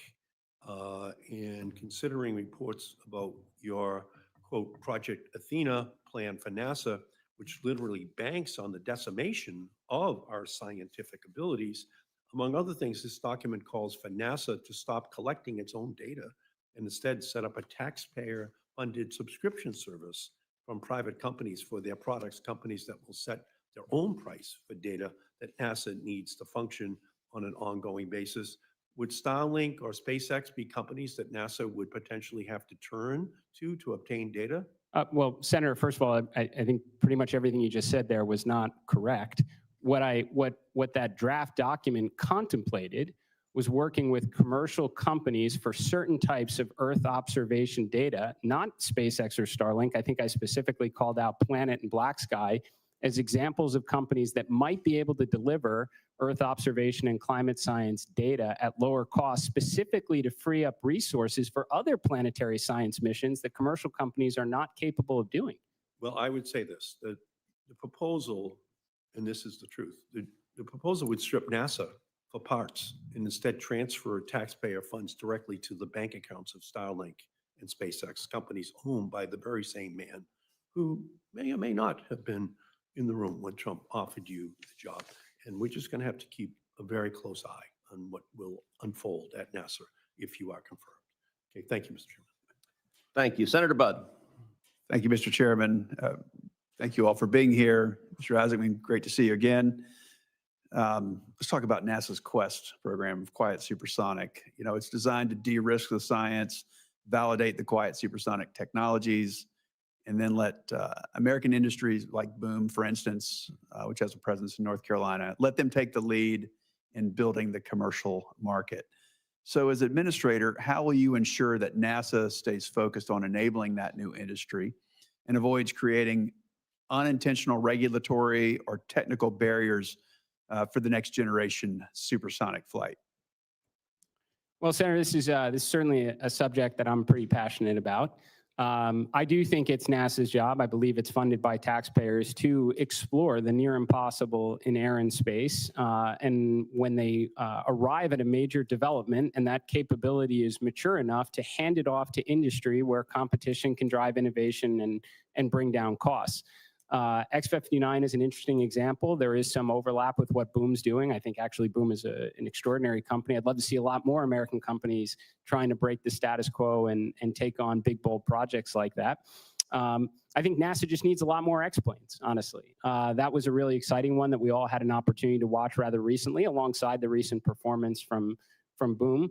But I'd love to see us have multiple programs that are exploring radical designs in airframe and propulsion. And when they do have those breakthroughs, not dissimilar to the 1970s, 1980s, when NASA was experimenting with fly-by-wire and thrust vectoring capabilities that have made their way in commercial aircraft as well as military aircraft like the F-22. Do you think there's a problem with Quest eventually competing against Boom? Do you think that's a potential problem? No, No, I would certainly hope. I'd say the whole industry, not just Boom in particular. I'd certainly hope not, Senator. I actually don't think NASA's at its best when it's doing what industry is doing, because at that point, talent would naturally probably gravitate to industry where they get the advantage of, who knows, appreciating stock options and such. I think NASA should constantly be recalibrating to work on that near impossible, what no one else is doing, which is going to attract that kind of exciting technology. That's going to attract that kind of talent to work on that exciting technology. When they figure it out, they hand it off to industry and they recalibrate to the next big, bold endeavor. I think that serves the talent, workforce, and the mission of NASA very well. Thank you. You know, in your testimony earlier, you were clear that the United States is in the middle of a second space race. The great rival that you mentioned spent more than a decade establishing a space Silk Road, offering collaboration on satellite, space launch, space infrastructure development to more countries across the Middle East and North Africa. So how does this sort of space diplomacy from an adversary affect our prospects for continuing dominance in space? And what's your vision for space diplomacy of ours?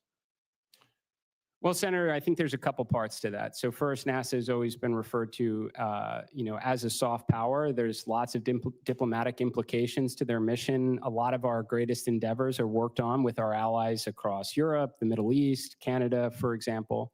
I think what's concerning now is that some of these countries have more than one choice.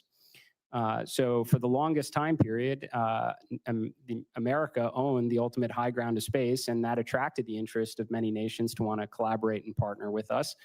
The Chinese do have their own space station now. They went from a single technaut in orbit approximately 20 years ago to having a space station where they're launching at an extraordinary cadence. So I think this is why there needs to be urgency to take a close look at NASA, what's going right, and do a lot more of that, and the things that are going wrong to clear those obstacles and paths so we can get back to doing, world-changing missions again.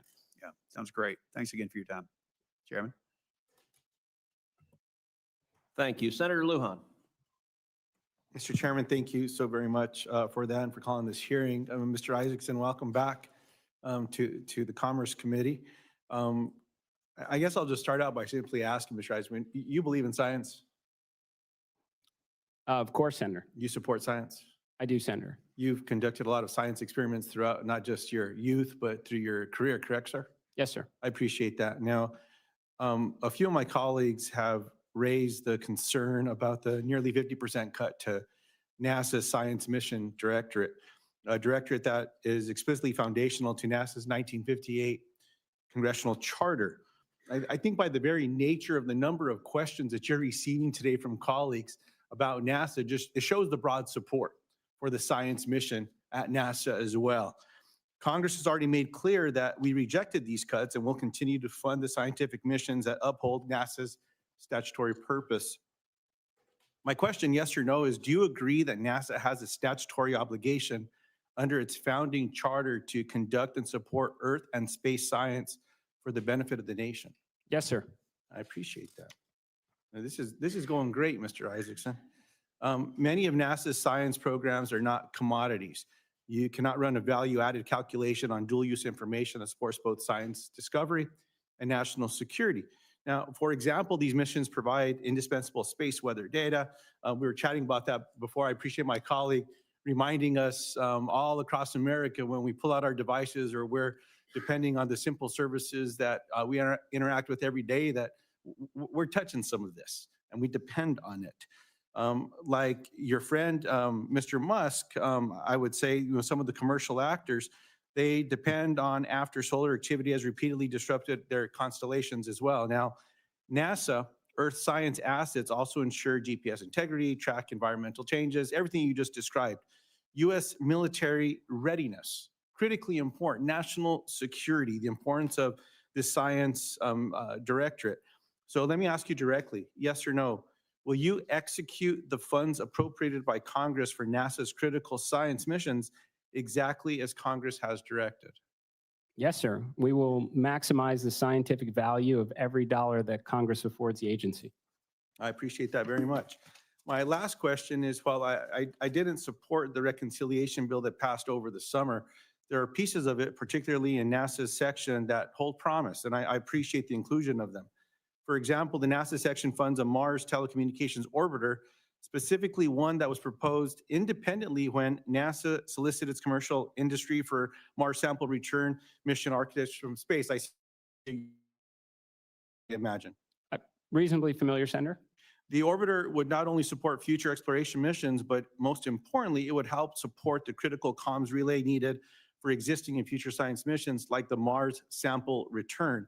Now, New Mexico is home to companies like Rocket Lab, who produce the world's highest efficiency space-grade solar and powered critical NASA missions and would power the MTO, for example. So yes or no, do you commit to following through on the letter of the law and ensuring a rapid acquisition strategy for the MTO to be able to deliver it by the law's 2028 due date?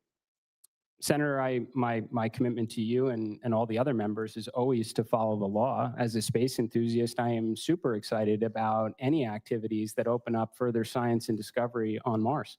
Appreciate that very much. Thank you, Mr. Chairman. Thank you. Senator Klobuchar.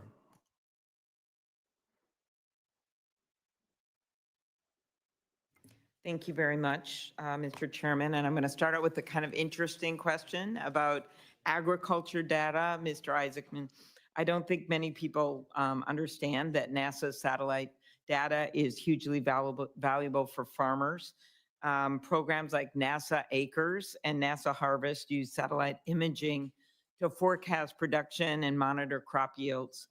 I'm the ranking member on the Ag Committee, and I've introduced legislation called the Agriculture Innovation Act to strengthen that data collection. Could you talk about your plans to preserve and expand those types of monitoring programs, weather patterns and the like, and how you can better work with the Department of Agriculture? Sure, Senator. I appreciate the question. As I mentioned with Senator Moran before, at the present time, we at least inhabit only a single planet, and it's probably important for us to continue to study it to the greatest extent possible. NASA's had a long-running program with Intelsat. I fully support that we should be gathering data that especially contribute to hardships here on Earth. I mean, obviously there's great agriculture opportunities, but these can be impacted by droughts and wildfires and flooding, and grateful that NASA has the capability to gather some of this data in real time. I don't see that going away ever. Thank you. Other end of our state, Mayo Clinic, I'm sure you're aware of. They've been involved in space medicine since 1960, when research related to the force of gravity during acceleration influenced the position of seats for the Mercury spaceflight program. And most recently, they've identified some important research project in the field of aging, regenerative medicine that can be conducted in space. How will you continue to support NASA and institutions like Mayo's efforts to advance science that helps here on Earth? Senator, I couldn't agree with this area of study more. We are actually quickly reaching a point where it's no longer a technological limitation for deep space type missions, but human physiology and psychology. So in that respect, I obviously fully support all the studies that can be done so that when the day comes that we actually send NASA astronauts to Mars, that they can come home healthy enough to tell us about it. This is probably the single greatest accomplishment we've had on the International Space Station over the last quarter of a century, is keeping humans alive in an environment that is quite challenging. Mm-hmm. And then just on the research side, a lot of academic institutions like the University of Minnesota rely on publicly funded data from NASA's missions. And as NASA continues to partner with private firms, the commercial data is not as easily accessible to researchers. And I think it's a balance. Obviously, the partnering with private has brought with it some success, but then you want to have the public institutions be able to access that data for the public portion of this, which has helped us. I'm not going to go through all the inventions and things that have come out of this type of space mission. So what steps will you take to ensure that data from NASA missions continues to remain available for researchers across the country? Senator, I fully support it. And I think this actually goes to some of the questions from Senator Markey before. I absolutely think that NASA should be making available all of its data, especially its Earth observation data, freely to academia, so they can draw their own conclusions from it. I don't think it's the most helpful every 4 or 8 years when administrations change that certain scientific positions become overly political. I think that we should be making that data available to academic institutions and let their scientists and research draw their own conclusions. Thank you very much. Mr. Haynes, congratulations on your nomination.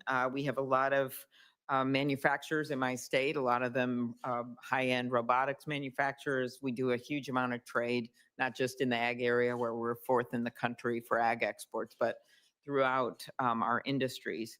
And could you talk about data that the Department of Industry Analysis can provide Congress and the public, transparency data with the price impacts of things? We're obviously concerned about tariffs.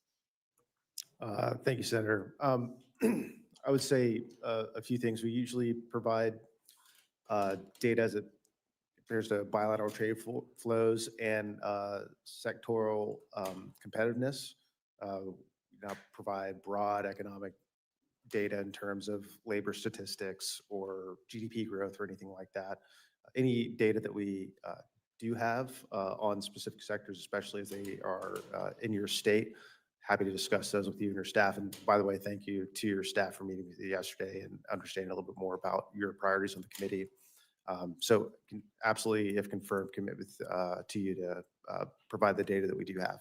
Very good. And I think my time's running out. I'll put this in writing, but I do a lot with Brand USA, and Senator Sullivan and I just introduced a major reauthorization of this. And Senator Rosen over here cares a little bit about this, representing Las Vegas. And so just anything you can do to strengthen programs like Brand USA that don't use taxpayer dollars to ensure we continue to remain competitive with U.S. tourism, and especially with World Cup, 2020, the 2028 Olympics, and other major events that are coming up. Yes, ma'am, Senator, you absolutely have my commitment to do that. I have met with Fred Dixon and Brand USA multiple times. The secretary's met with them multiple times, and we look forward to working with them in a collaborative effort to make sure that travel and tourism remains competitive. Okay, thank you. Thank you. Senator Young. Well, thank you, Chair. And I thank our nominees so much for your interest in serving. Mr. Isaacman enjoyed our breakfast some days ago, and I expect to support your nomination and very much appreciate your presence here. Mr. Haynes, congratulations. The global economy is increasingly driven by cross-border data flows, digital services, and online platforms. And U.S. firms are facing more foreign barriers, such as data localization rules and discriminatory digital taxes.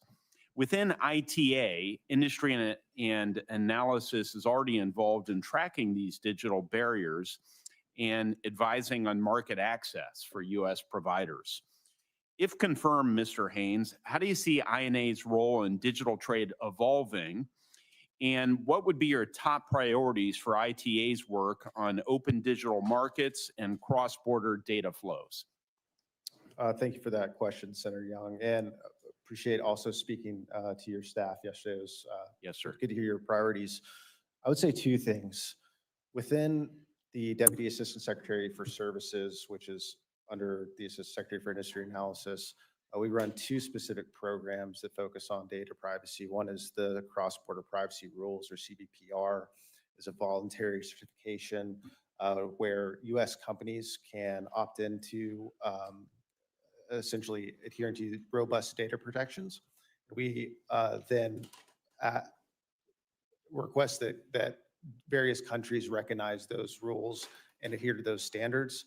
As we've been going through the agreements on reciprocal tariffs or any of the bilateral trade agreements, we've been making sure that CBPR is front and center in terms of the standard that we want to hold our bilateral trading partners to in the digital space.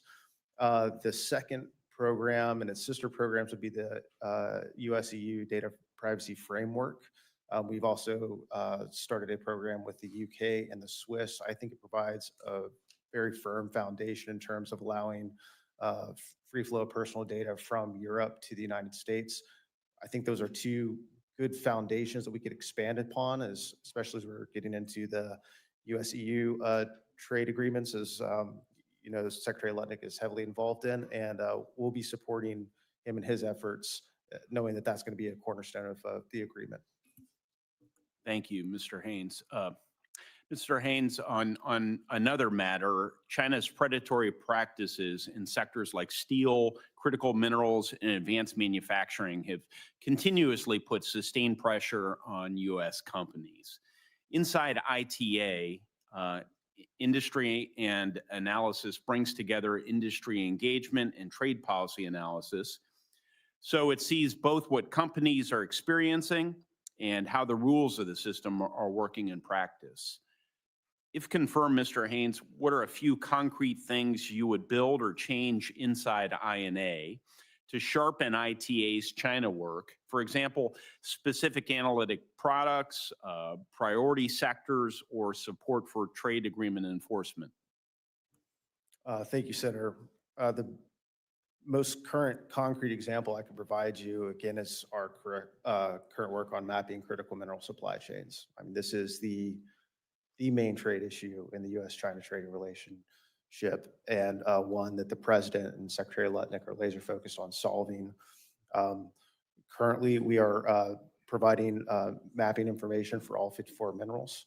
We're really focusing on the processing and refining side of the equation, given that in that sense, China dominates the supply chains there. And we're going to continue to work with the White House-led investment committee to ensure that we not only understand those supply chains, but are able to secure them and thus secure a number of different sectors that are downstream that require these critical components.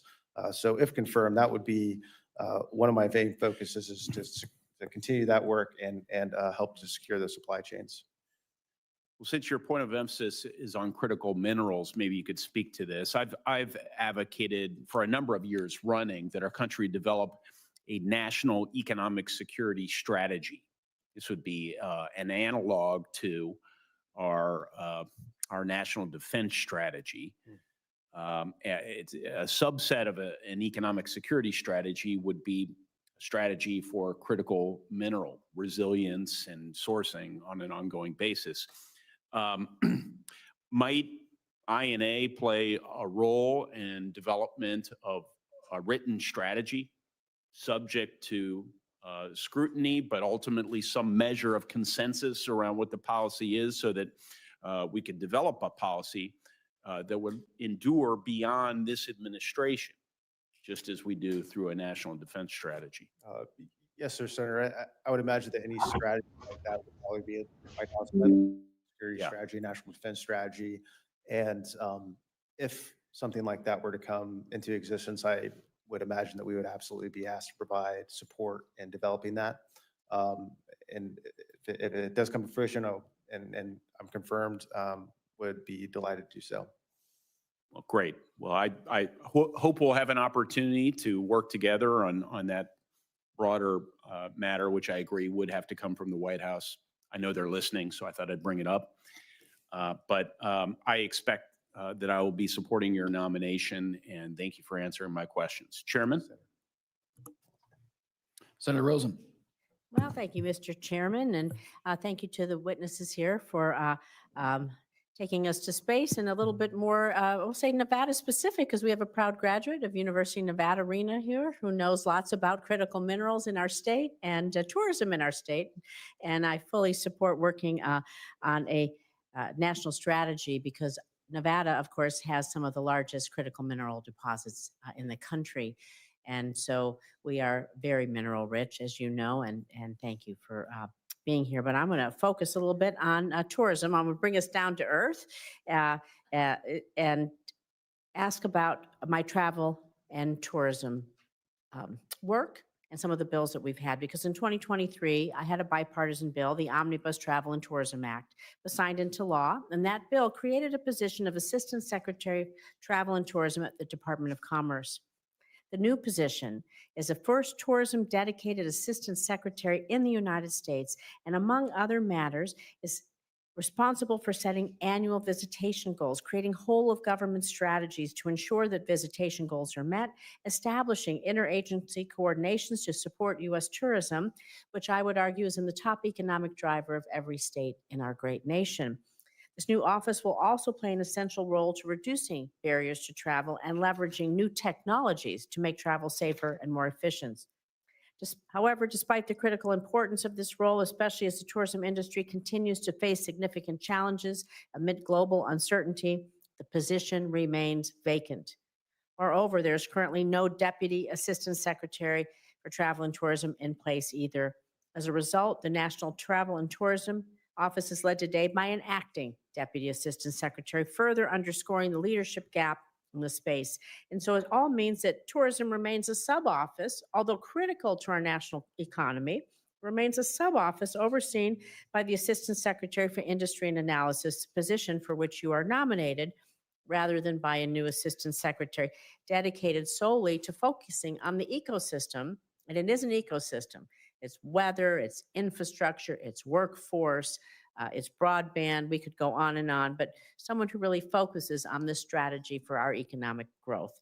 So Mr. Haynes, fully implementing the Omnibus Travel and Tourism Act, filling these key leadership roles are essential to strengthening our travel and tourism sector, our business sector. So can you speak to the importance of prioritizing travel and tourism, substantial benefits the tourism industry provides, the economic impact tourism, business travel provides, and how will you support that if confirmed, and until such time we can get an Assistant Secretary for Travel and Tourism? Thank you, Senator Rosen. I knew I could expect a good, robust travel and tourism question from you in the great Like I state of said, you Nevada. lived in Nevada long, and so you know how to even say Nevada. Thank you.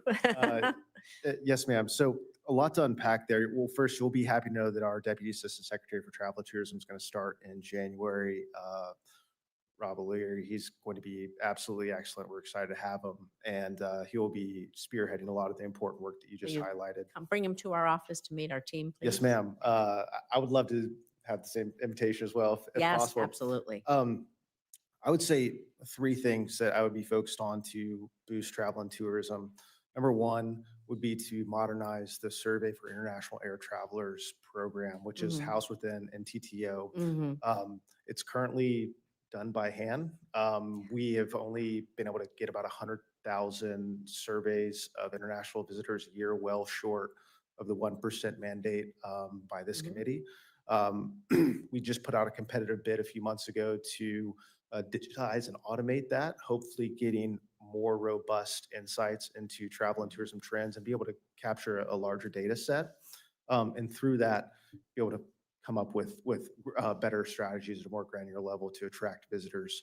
The second piece would be we're rolling out a new tool this month, hopefully. And if confirmed, I would love to come Yes. talk to you about that.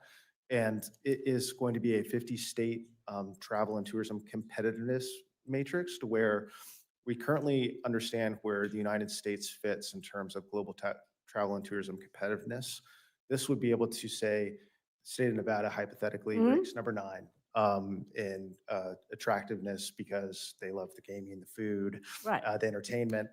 But international visitors thought the weather was bad, the infrastructure, just Right. you name it, and be able to come up with concrete recommendations for every 50 state of how to increase their competitiveness as a travel and tourism destination. This is a program that we're very excited about, would like to roll out far and I wide. would look forward to collaborating with you on that because ma'am. we've been doing a lot of work on it over the last 6 or 7 years, and I have some significant input that might be helpful to you. And I welcome you coming, working with our team to make it as robust as possible because there's a lot of pieces and parts that go into making places attractive. A lot of it's infrastructure.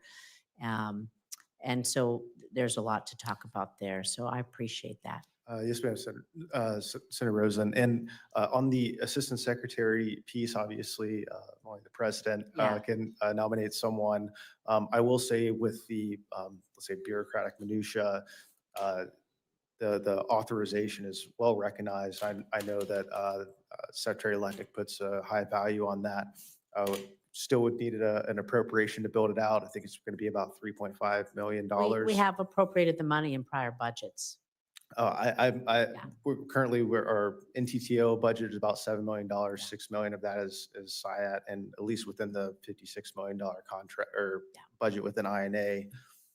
I don't want to say there's no money in the banana stand, but I think we would be looking to a specific appropriation from CJS to build that out.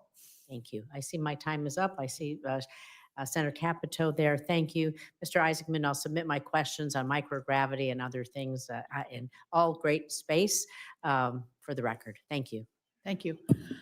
Thank you both for being here. And Mr. Haynes, thank you for your willingness to serve. I think most of my questions are going to go to Mr. Isaacman, so I didn't want you to take that as a slight in any form or fashion. So I have been a strong supporter of the growing West Virginia. We talked about this, West Virginia, Pennsylvania, Ohio space economy for many years, and believe that this region, perhaps best known for its energy and infrastructure prowess, has a unique opportunity to emerge as a leader in space energy and infrastructure.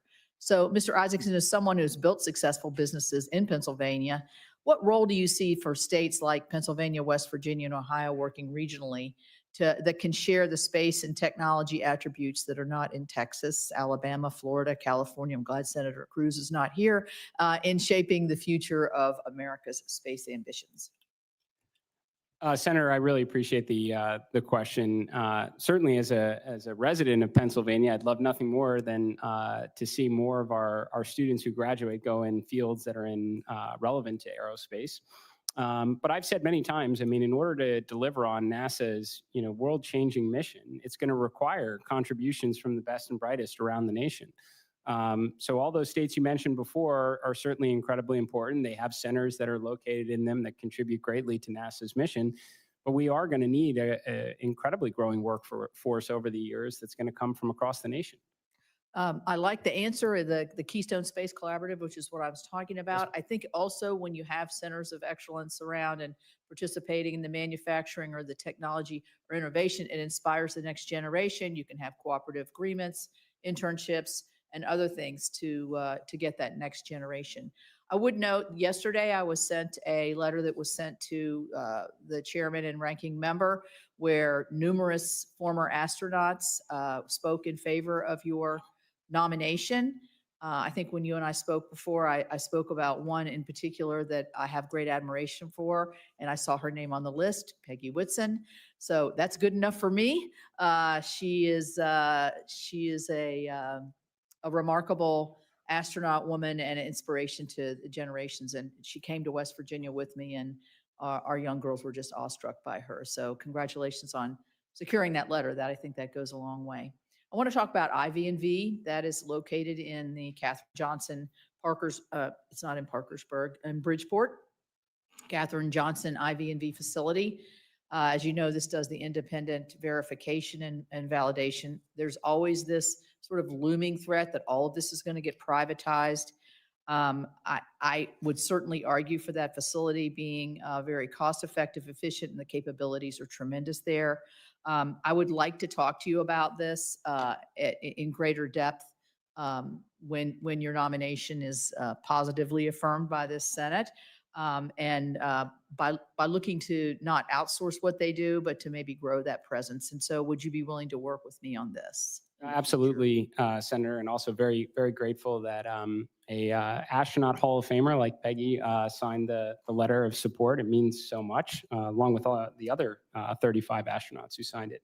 I'm very interested in taking that visit, ma'am, because I think in a world that we all envision someday in the future with lots of space stations and deep space missions, the reliance traditionally on mission control and hardware will diminish as we need to have more onboard decision making and perhaps even the inclusion of AI onto some of our vehicles and even satellites, which will only increase the importance in terms of the integrity of the software. So I think it will obviously have a continuing role to support NASA, but perhaps many other agencies within the government as well. Good. Yeah, we've been trying to expand that. I would just very quickly, and this is not a short answer kind of question, but as we see the pursuit of our space program and others around the world, the Chinese in particular, to try to get back to the moon, there's a lot of discussion on power generation on the moon. And I don't know what your thoughts are here. I don't know if lunar surface power programs, I know it's talked about nuclear, but also solar. I mean, what are your ideas here, and how far along are we on this? Senator, so I love this topic, so I could far exceed our time here. So I want to offer up, I would welcome any opportunity to discuss further, but I'm very big in nuclear in space. I mean, there are numerous applications for it. There's propulsion applications with nuclear electric, nuclear thermal propulsion. There's surface power requirements. We're going to need surface power, for applications that don't have direct sun exposure. We're going to need surface power to likely manufacture propellant for missions to and from Mars, and certainly deeper space exploration missions where there's less solar effectiveness. So it's an area that I think is squarely within NASA's mission to be working on the near impossible, to do what no one else can do and attract the talent that will want to work on exciting mini Manhattan Project-like programs. Thank you. Thank you both, and thank you both for your willingness to serve.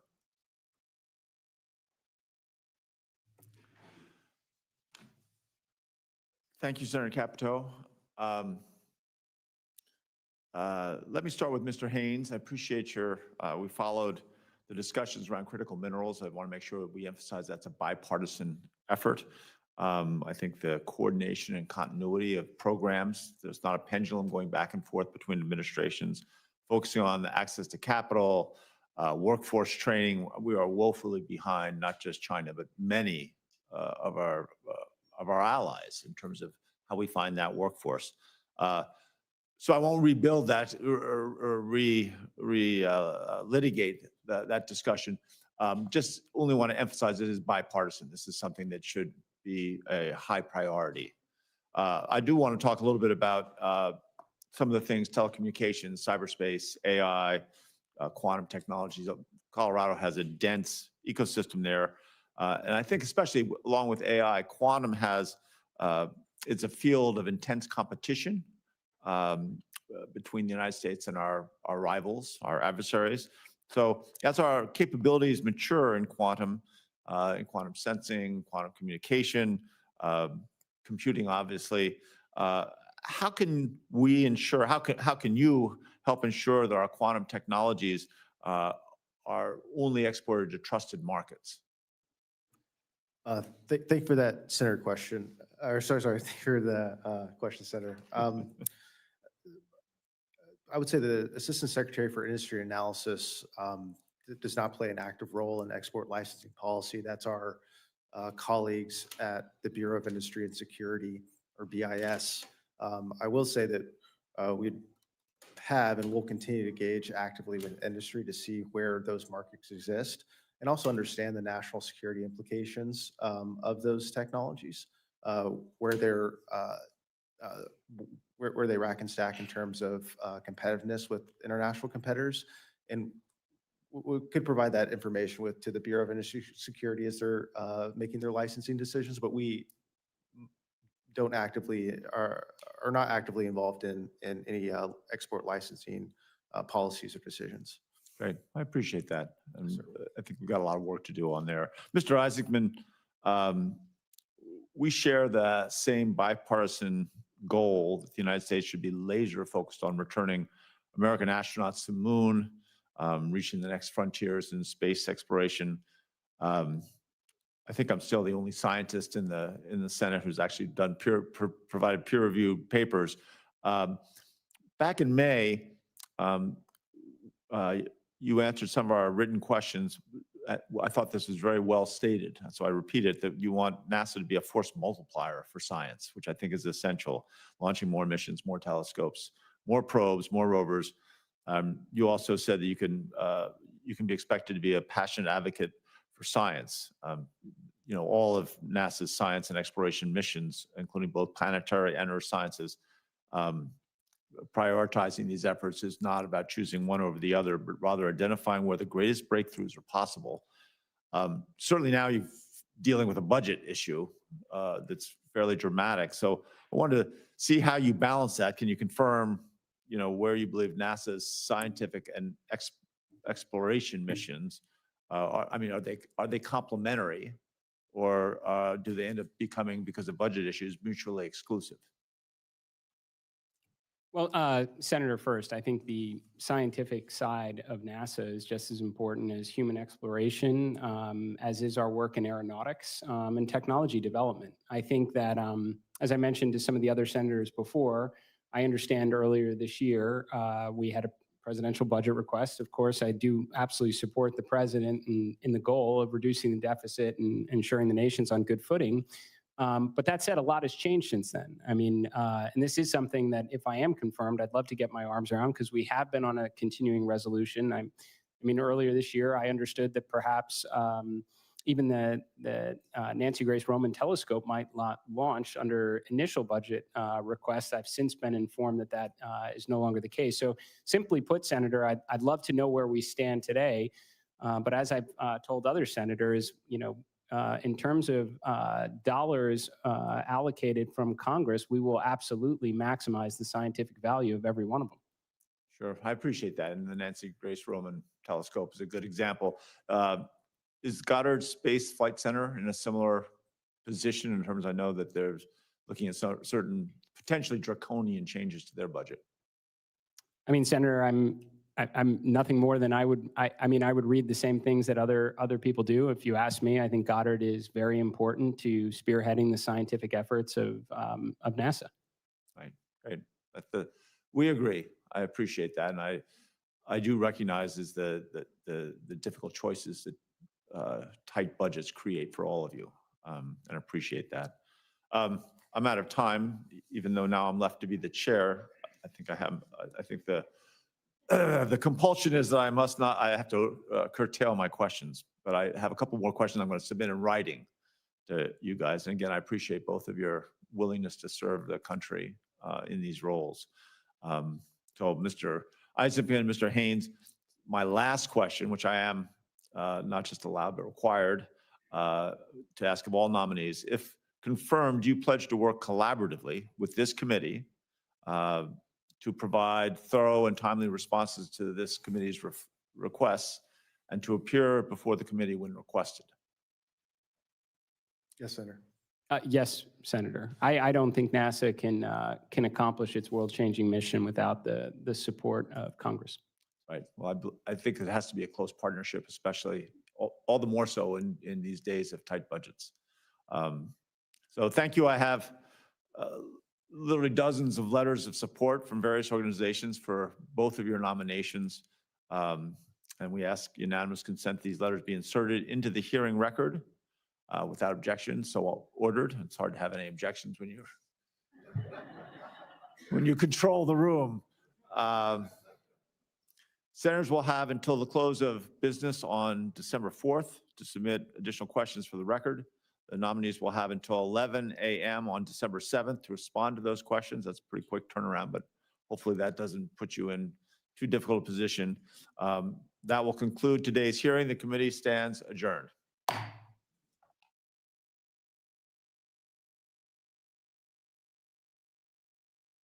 Wow. That was long. Yep. Oh my gosh. Okay. I'm going to remove that and I'm going to insert us. Hello, everyone. That was some almost manufactured drama, but for the most part, pretty uneventful. I mean, what did you think? Well, first of all, thanks for having me on. This is great to be able to respond to another hearing. I love these things. Yeah, it's just so bizarro that, we're doing this again. It's like, I feel like it is such a waste. He could have been in office for what, 6 months now or whatever. It just, Yeah.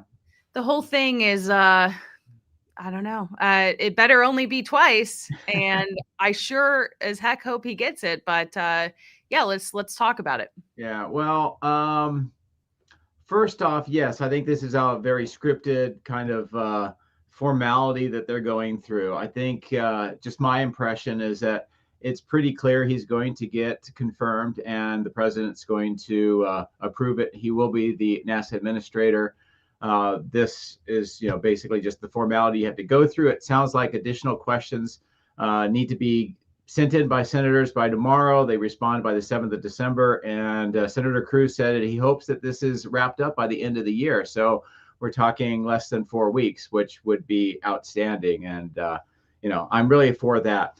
The other thing that I think is worth noting is just the amount of support that Jared's getting from across industry, across the space community, beyond the space community. There's reports that the lineup to go into the hearing was overflowing into the hallways. I think that's really great. Yeah, I think that's just really great indication. And, I've been thinking about this. When was the last time a nomination for NASA administrator generated such huge public upswell? It hasn't been for a long time. So I think people are really excited about Jared. And so what we saw today was sort of the typical, talking points. We got to win certain points here and there. But overall, I think it was just on cruise control. And I think this is a done deal, which I'm very happy about. Yeah. And to go to your point, this is video from Nick Sortor, who, a couple reporters were there. I wish I would have known how to apply for it. I think we even saw John Krause sitting on the ground. Was that him? Yeah, he got some really great shots of Jared. Of course, John does a great job with photography, and he's a Polaris program photographer too. But yeah, he was there, and as you can see, a lot of dignitaries within the space community was there. There was just a conference the last day or two there as well. So yeah, this was a big event.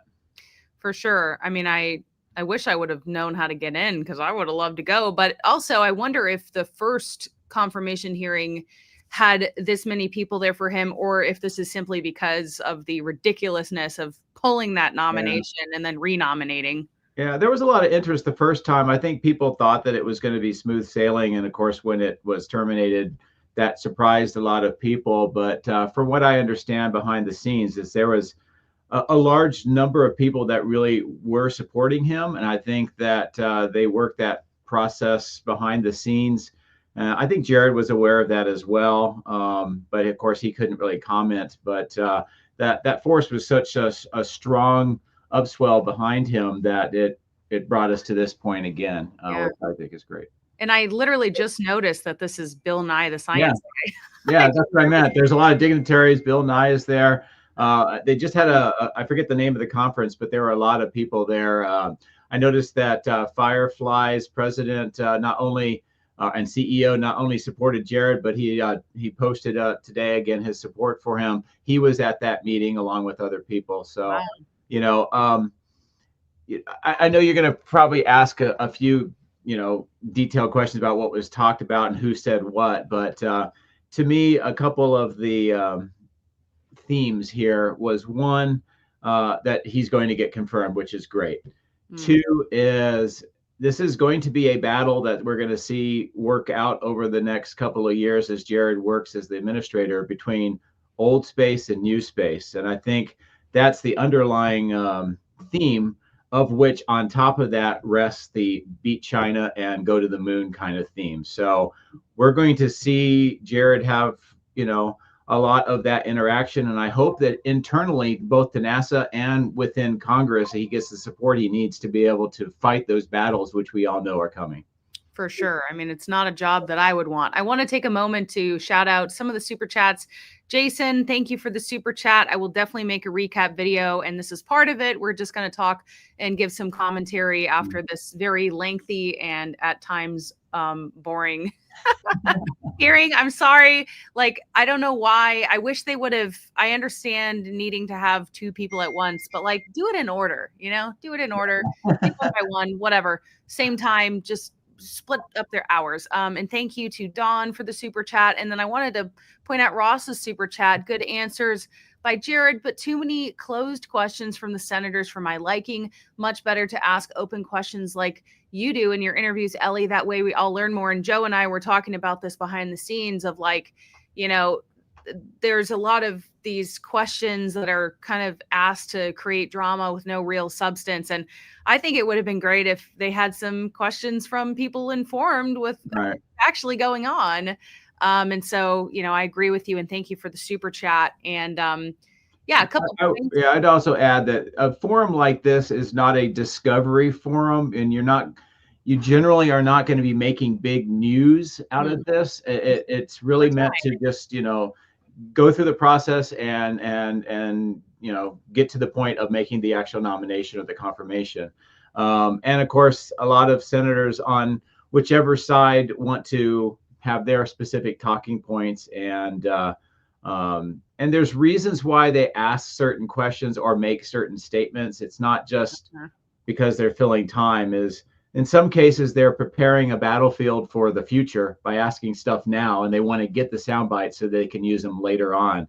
And probably the biggest thing coming up besides budgets, we talked about Jared talked about the continuing resolutions versus budgets and all that stuff. But there is a big election coming up next year. So a lot of this is gearing up for that.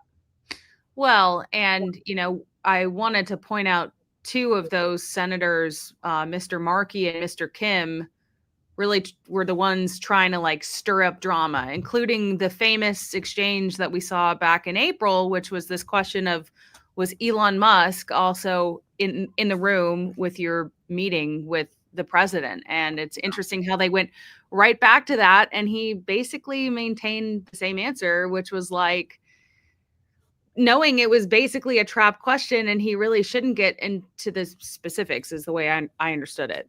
Right. Yeah. This was all for sound bites and public consumption. It wasn't really of any substance whatsoever. And this is a trap question because it's kind of like if I say, so Ellie, when did you stop beating your husband? How do you answer that? First, I mean, what do you mean? What? You know? Yeah. So depending on how you answer, then I can use that against you. And it's a non, it's a non-question. But yeah, what this is again, it's preparing for next year. It's preparing the sound bites. It's preparing for future battles by trying to trap him into saying something that they can come back and say, aha, see, you said, or whatever. And of course, there's still a certain part of our society that reacts certain ways when you hear Elon or SpaceX or that kind of thing. So that's what that was all about. Or Elon. I hate Elon. it when people say that. Oh my gosh, that one guy was like, Elon. I'm like, you have to know. I think you're just doing it to be annoying. And I'm quite frankly annoyed. Thank you for the super chat from Scott Carr. It's good to see you two together again. Nice shirt, Joe. Joe, do you want to talk about your shirt? Oh, it's just a drone shirt. I like it. It's not anything I had made or anything. I don't know why my camera is out You of don't focus know anything. You don't know anything about drones, do you? No, not at all. Just I don't know how do you focus a camera? Well, why don't you figure that out? And I'm going to play a video that Jared shared earlier, and we can watch it together because I haven't watched it with sound yet. The Boeing angle. But yeah, a lot of people throughout the community, throughout the commercial space, throughout the astronaut corps are really for Jared. And I think that's fantastic.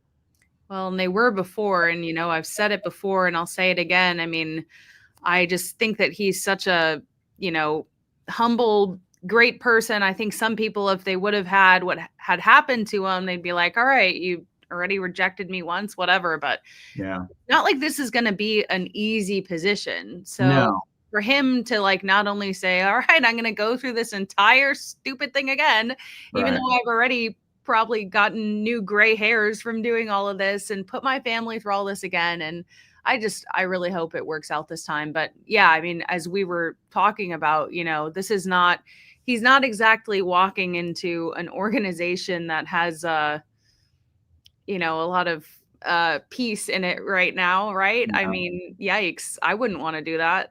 No, I mean, it's definitely going to be a very difficult job, but I don't know, maybe just a couple of items of perspective for what it's worth is, in the Air Force, if you become the opportunity to be a commander, you can go into an organization that is either perfect and then you're stuck with trying to maintain that. And it's always difficult because you're constantly being compared to the previous leader about how great it was. And if it goes downhill, it's all your fault. Or you could go into an organization that really needs a lot of help.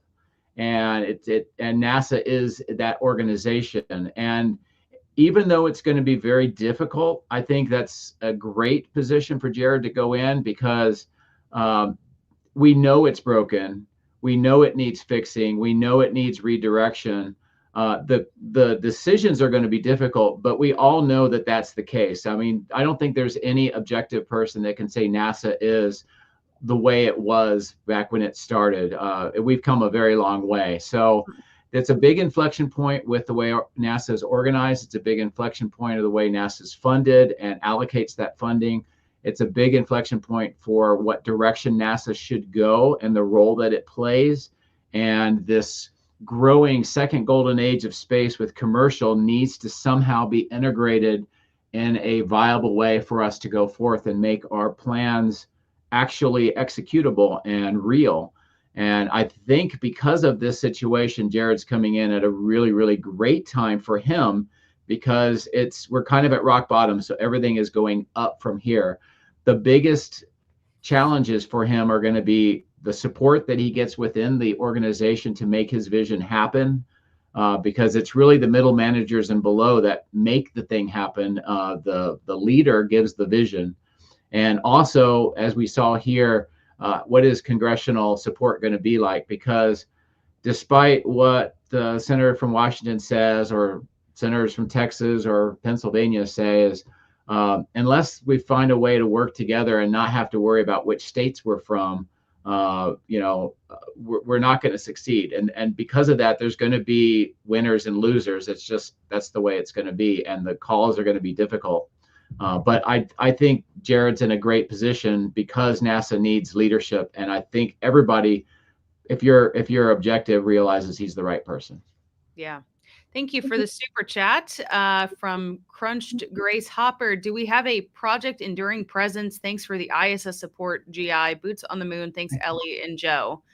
Am I missing the joke? Is this going over my head? No, my guess is he's asking, do we actually have anything in writing or a mission or objectives that say that we're going to be there for real and for long term?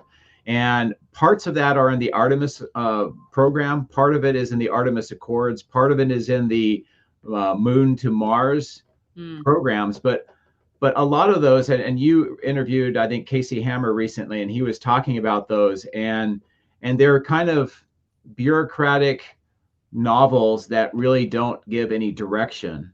What we do need, and I think where he's getting to this, is we need a rededicated focus on what our actual mission is going to be in an executable way that is not overly risk adverse. And in my opinion, it needs to be something that we accept a certain amount of risk and we go and we find out in that environment, not try to evaluate everything so long that we just explode budgets, explode timelines, and we never actually go there. And I think that's what Jared can bring.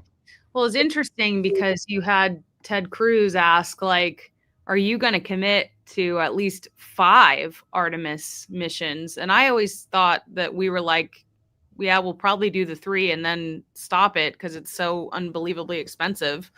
What do you think about that? Well, first of all, that's Ted Cruz making a statement, not really a question. And his statement is, you will do these things because that's what we are funding and that's what I expect and that's how you're getting my support, kind of thing.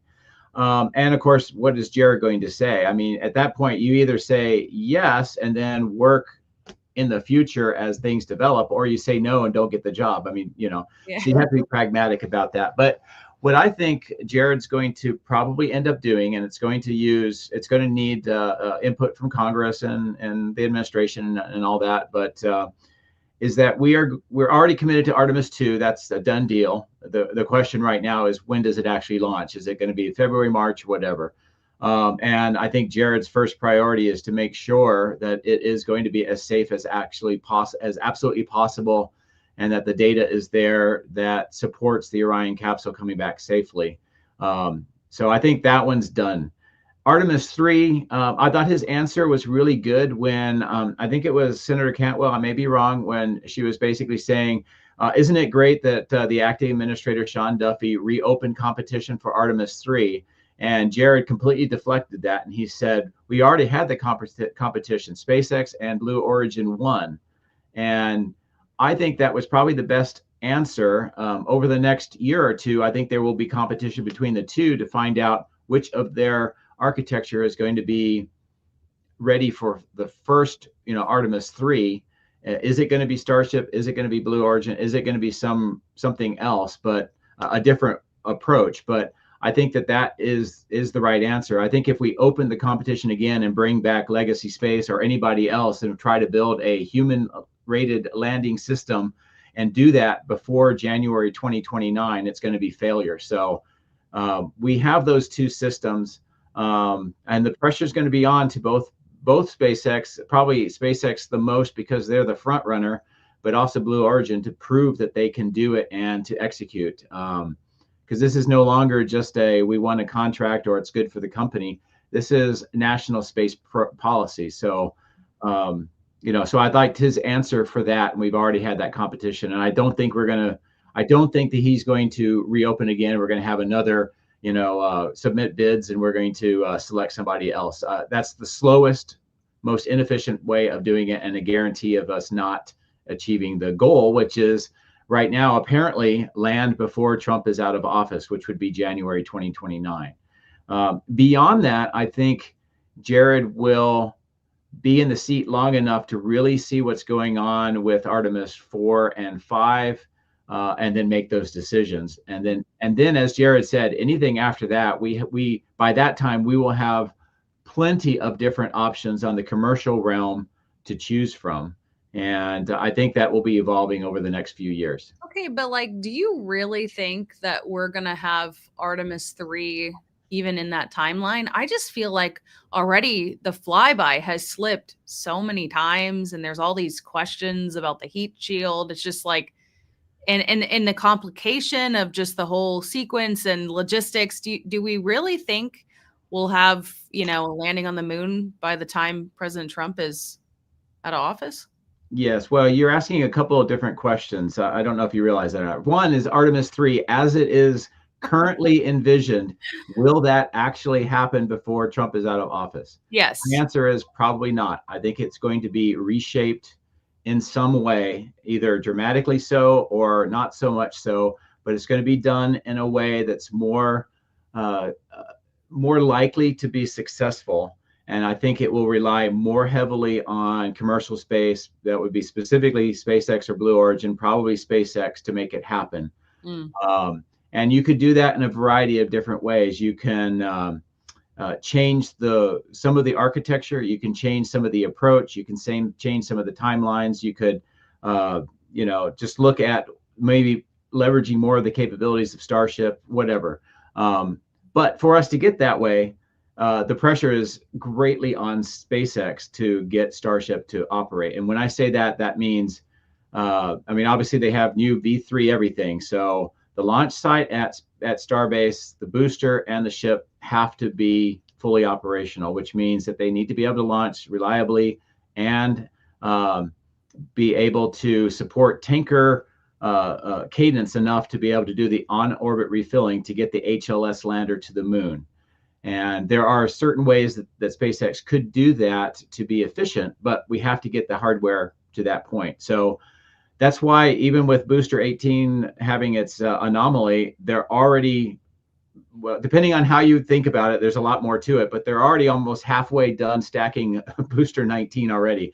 So they are all hands on deck to get that going. And, we need to get a lot of flights in next year, which means they have to be clean, and we have to do the on-orbit refilling. And if that works well, then we go into 27 with a really strong ability to continue to work on the on-orbit refilling, do the landing demo that a SpaceX is on contract with NASA, maybe late 27, early 28. And then if that goes well, then yes, I can see us getting that landing. So yeah, I think Artemis 3 will happen, but it may be in a different format. But I think it will. They have to make it happen before January 2029. We'll see. Because let me show you this video and we can talk about the news that kind of happened last night over in China. Yes. They were attempting to land a booster.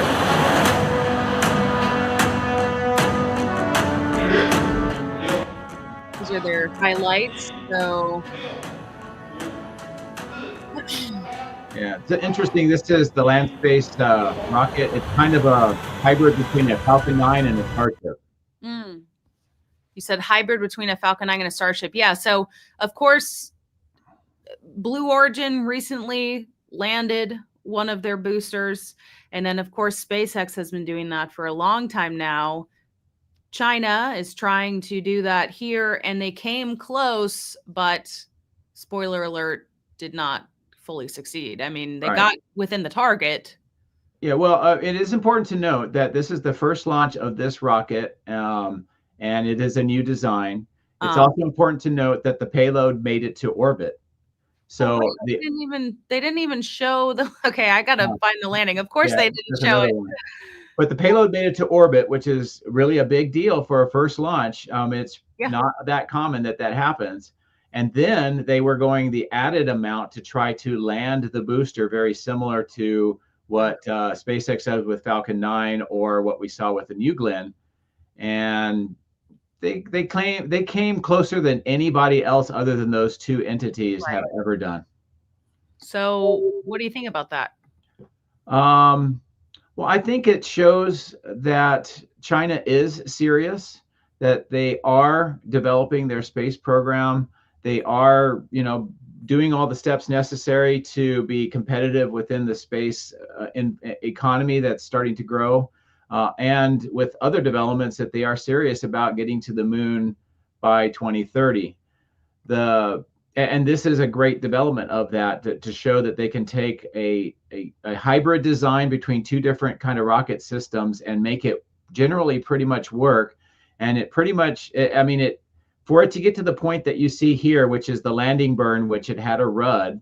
And there's another video from a drone that actually shows that pieces of the booster were actually disintegrating before the engine tried to ignite. But for it to get to that point, it had to have done the launch. It had to do the separation. It had to do the re-entry burn and get to this position. And then it crashed landed within a few meters of the actual landing site. That's really great progress. So I want to know from you, like, because we hear like China's going to beat us to the moon, or like they're the enemy. Like, are you happy about this, that they're close to doing this, or do you think that, on the one sense you're happy to have more commercial space companies, but because it's China, like, how do you feel about this? Well, I have a couple of feelings. First, we should not be shocked nor surprised, nor should we think that it's, something that they did in the dark of night. We've known for a long time that they were developing this. And, while we were deciding on the Constellation program or the Artemis program and getting rid of the space shuttle and what we're going to do with while we were doing all these things, taking up all this time and a lot of budget, China was methodically working their way to this point. So it's not a surprise at all. And if we are really concerned about how we got here, I think we as a nation need to look in the mirror and take some of that responsibility. The second thing is I think it's great that we have what we are trying to paint now as kind of a near peer competitor in space, because it's certainly energizing us like we have not seen in a long time, and to go beyond low Earth orbit. The last thing that I would just say is that our goals as a nation and what we're trying to do with Artemis, the moon to Mars, and what Jared wants to bring to NASA are much different than what China is trying to do right now in the short term. China is trying to be able to go and basically replicate the Apollo mission on the moon, but in the South Pole, which is to land there, take a couple of astronauts, but not have a way of being sustainable, at least in the short term. It's just going to be basically Apollo redone. Whereas we are trying to go back to stay and bring with us stations and bases and infrastructure to be able to be there continually. It's a very different objective. And I think that we should be thinking more long term, so that we are building that, so that in 10 or 15 years, the question isn't, did we beat them to the moon or not? The question is, how are they going to compete with us with all the infrastructure that we've built? And I think that's the goal. And I think that's what Jared wants to do with NASA. Good answer. Very polished. Well, I mean, I think it's true. I mean, that really is what I think. So that's why I didn't have to polish it. I mean, and I don't know. What do you think? Well, I've been reading comments of people on X saying like, oh, they were so close, like great success. And I don't know. I just feel like it's like I don't know how much I should root for China's advancement. I guess I feel that's why I'm asking you, because I actually don't know. Like, well, it's inevitable. I mean, it's going to be China. India is coming on strong. They have their own human landing, moon landing system that they want to do at some point, probably in the late 2030s. Of course, Russia right now is kind of a mess, but they could probably figure it out sometime in the future. European Space Agency just had a conference where they dedicated, I think, over 3 years, over 7 billion euros per year to try to build out these technologies. They even introduced a IVA suit, which is kind of interesting because you normally would want a craft for it to be used in. But they're going to be demonstrating the ability to do an IVA suit. I think they're going to do some tests on the ISS. So I think ESA is it too. So I think there's going to be multiple different countries. So it's inevitable. The question is when does it happen? Well, I did want to talk to you as well because I made that video yesterday about not only the thing with the Russian launch pad, and now they can't send astronauts to the ISS until they get that fixed, but also that cosmonaut Oleg. I'm going to butcher his last name. So Oleg A, I guess, who was removed because, yeah, exactly. He was taking pictures of internal documents and SpaceX hardware. And it's been interesting reading the comments. Like some people are like, oh, well, like, I'd take pictures as a rocket nerd too. Like, what's the big deal? Okay, it is a big deal. And then other people are like, I guarantee he's actually sending those straight to China. And so that was interesting. But my question is, what really is going to happen to him? Because some people were very extreme and they're like, dude, this is treason. Like, what, you're just going to send them back to Russia? I mean, first of all, he's a Russian citizen, so why is it treason? He's collecting information for his country. Well, so it's not treason. Treason's when you give it to somebody else. true, but I guess I'm wondering, like, how severe do you think that the penalty will be, other than just removing him from the mission and hopefully, making sure that those photos didn't get leaked and that his device is cleared? Well, first of all, the astronaut in question is also part of the political party for Vladimir Putin, and he actually has political roles. So this is not something that was accidental, nor is it surprising. And I'm sure he'll have a different role somewhere, and he'll be rewarded for that. I don't think that's a big deal.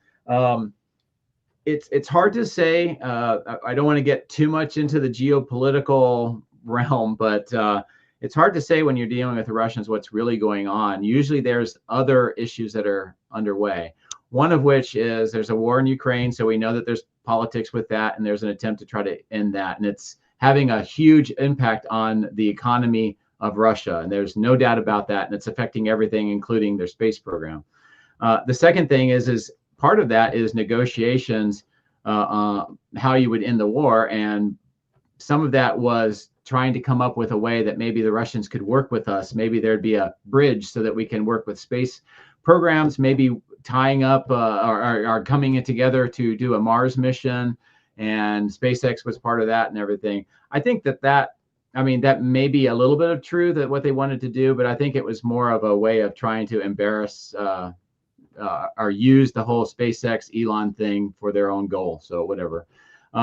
The other thing that you need to think about is, especially with the damage to the launch site and what the resources that they're going to have to put in to try to fix that, given the broader picture of what's going on with their economy and all that is, and also with what's going on with the ISS and it being decommissioned in about 4 years, and the Russians recently being on record saying that they weren't sure if they really wanted to support it or not, and they ended up doing it.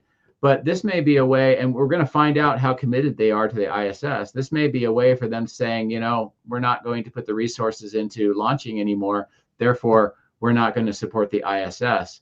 Mm-hmm. And if that's the case, then that's also going to be a big issue Jared's going to have to work on as the NASA administrator, because we use the Progress module to do a lot of the station keeping for the ISS. And what will we be able to do with it not going up there? Will we be able to keep the ISS in orbit or not? Will we look at decommissioning it earlier? So this is all playing all together. And this cosmonaut thing may be a vehicle of them being able to say, well, we have damage. We don't know whether to support that. And oh, by the way, you just kicked out our cosmonaut. We don't know if we want to work with you anymore. So we'll see what happens and how they frame this, but it's always complicated when you're dealing with the Russians. Yeah, we kicked out your cosmonaut. Like, we don't know if we want to work with you anymore. Like, look at what he did. Yeah, well, do you remember not too long ago where there was a leak in the Russian side of the ISS, and they ended up trying to blame a NASA female astronaut for damaging the ISS? Do you remember that? I didn't remember that they tried to. I remember the incident. I didn't know they tried to. Yeah, they tried to say that she went unstable and she's the one that caused the issue. And then apparently she used a drill or something and drilled a hole. I am actually, I'm not making this up. This sounds like, that's BS, but look at it. I didn't And actually yeah, know so. that part of it. I'm surprised I missed that tidbit. Yeah, I think it was within the last maybe 6 or 7 years. Just you can go back and Google it to find out. But they really tried to drag her name through the mud on that, and it turned out to be a little bit of a international kind of incident that was eventually just sort of swept under the rug and just continued on. But I think this is my guess again, but I think that there was a manufacturing defect, and to try to cover their failure, they tried to frame her. Yeah. Wow. So Well, there's always yeah, drama. there is drama. I was talking to someone the other day about how it's interesting, people sometimes say, I don't want to hear about politics, like stop covering politics. And it's like, there's a lot of politics in space and there always has been. Sorry. Like I Well, can't.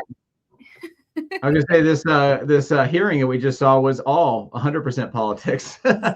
Exactly. I mean, I'm not saying I like it, but it's just reporting the facts and, Yeah. what happened, who, what, where, when, why, how. Yeah.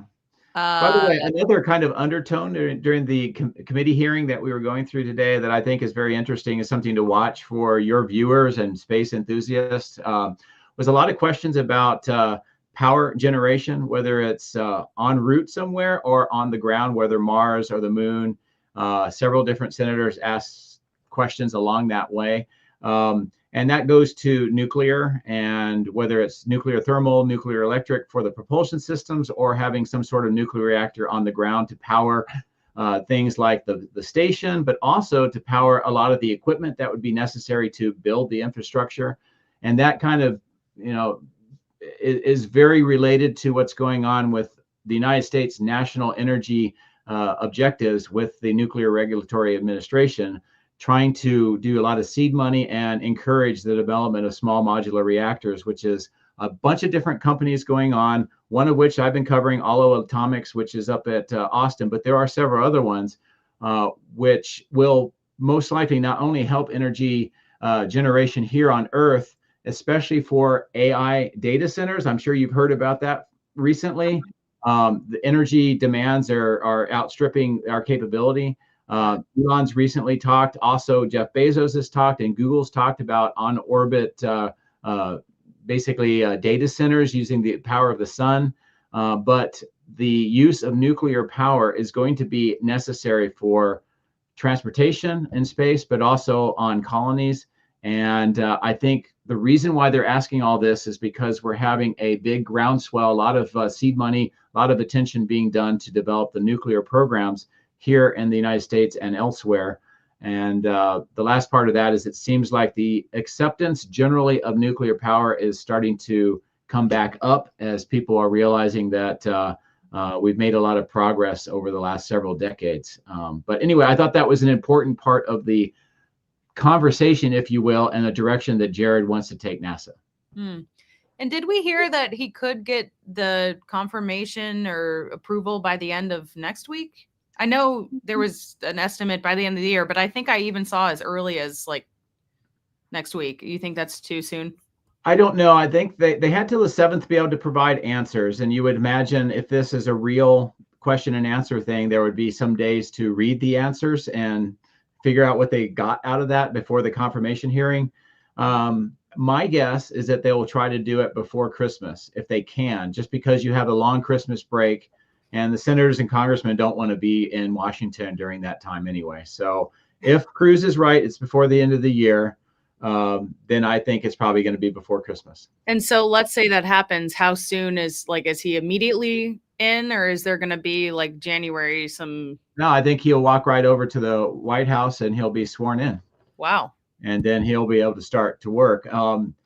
The fact that Artemis 2 is so close, it's critical to get him in right away. That's going to be probably the number 1 or 2 issues that he's going to be on immediately. there's another backdrop to all of this. I don't know if you've seen, but next year is the 250th anniversary of the United States, and they're going to do a lot of celebrations for that. And on the boosters for Artemis 2 is 250 written in red, white, and blue kind of script.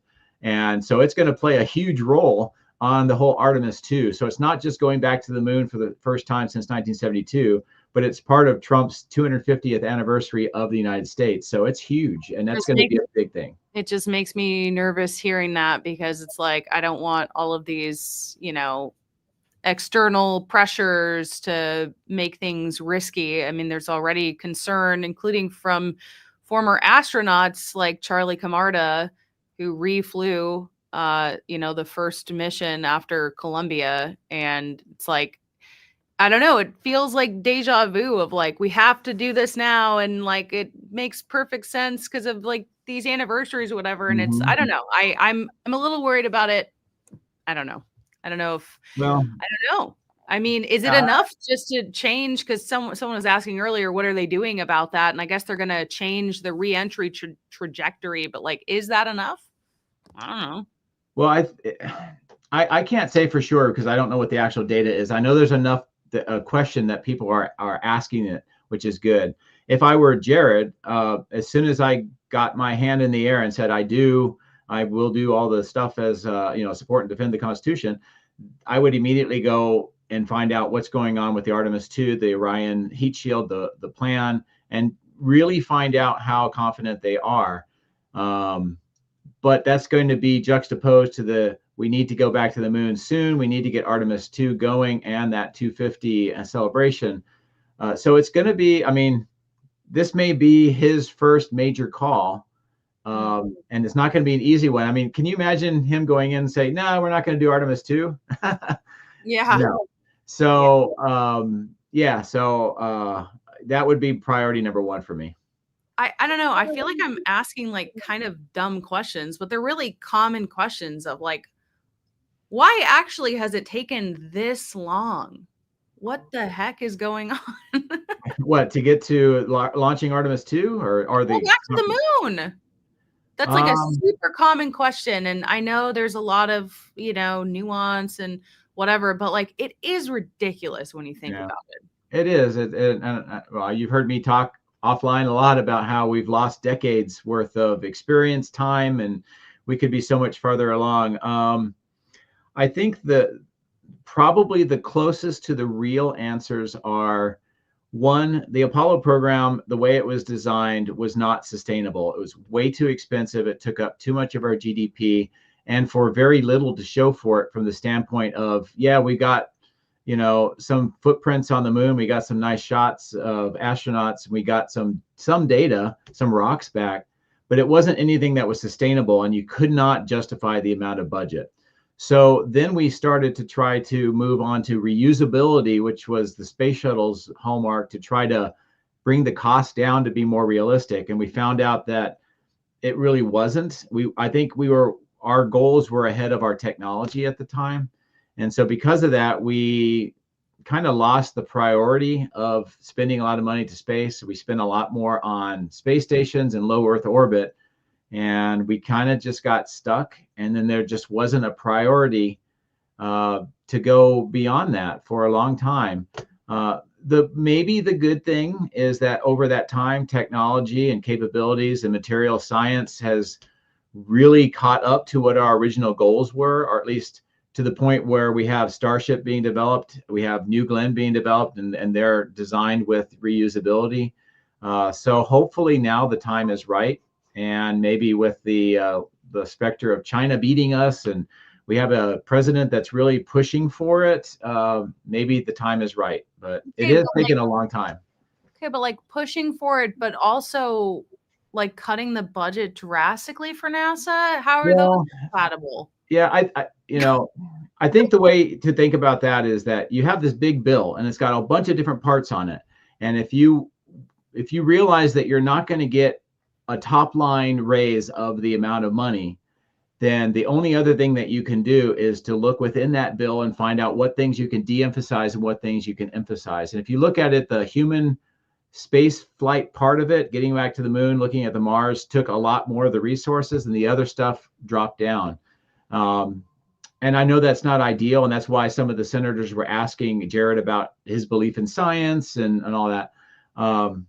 My hope is that Jared will be able to go in and make some of the really hard decisions that we've already talked about, make NASA much more efficient, adopt his idea of, 10 $100 million space science missions is better than $1 billion one, because even if you have 2 or 3 of them fail, you still have 7 or 8 that were successful.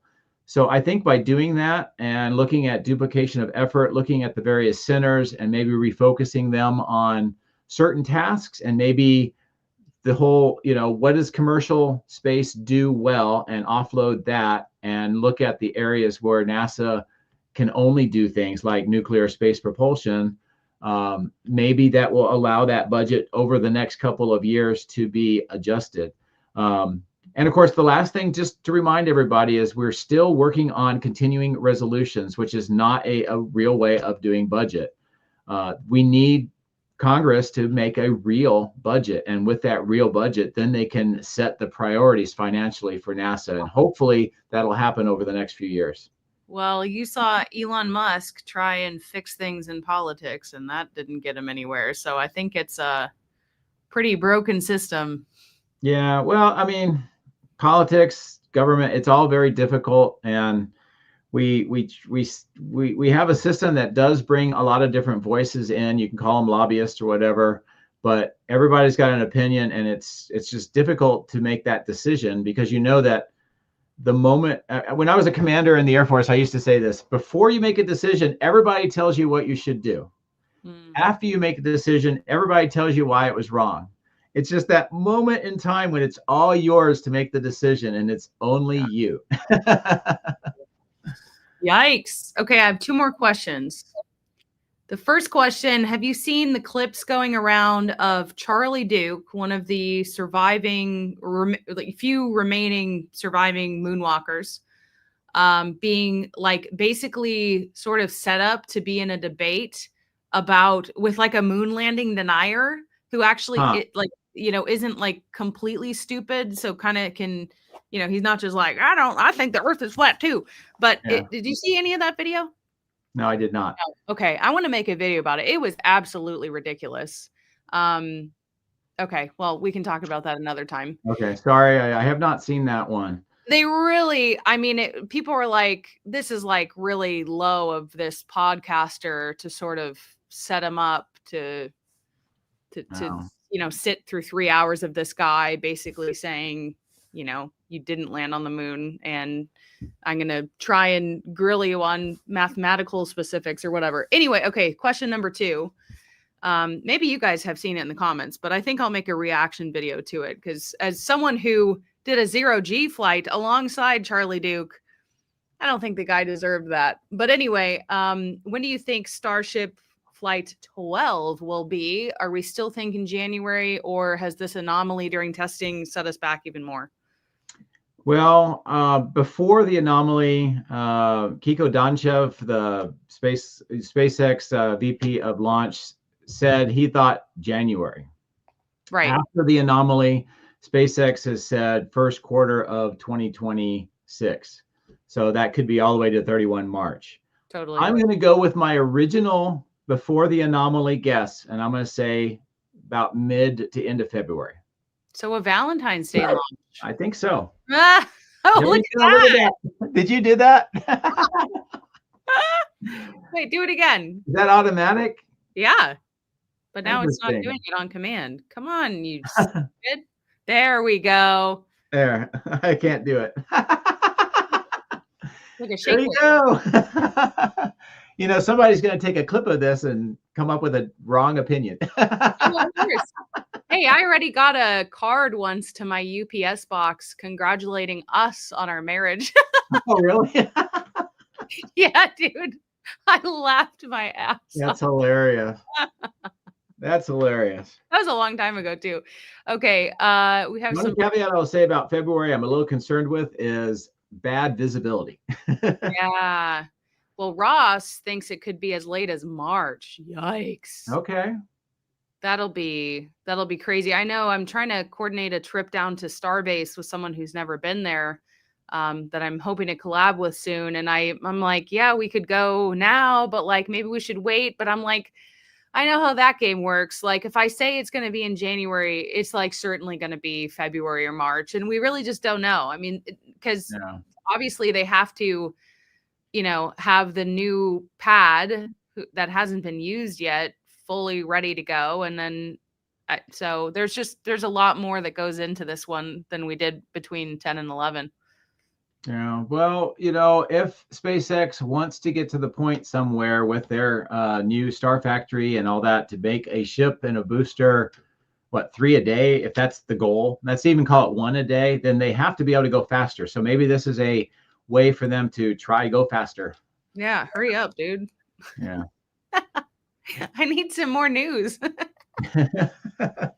Well, I'm sure there'll be plenty coming along. And this will be one more time where I do my normal reminder to viewers. If you've never been to Starbase, now is the time to go as soon as possible because things are changing rapidly. The drive out to Massey's now is no longer public.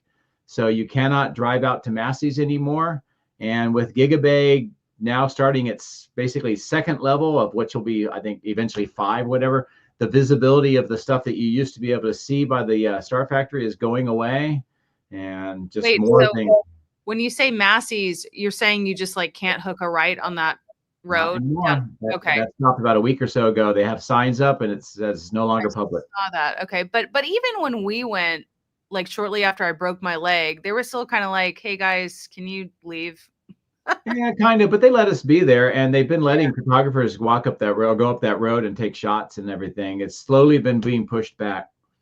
Do you know if, well, I guess I should ask people. I've been wanting to do a story, like just out at McGregor. I mean, seeing what is even possible to see. It's not that far away from Austin. It's like such a crucial part of all the SpaceX testing. Do you know, number one, if like anyone's able to fly drones over it?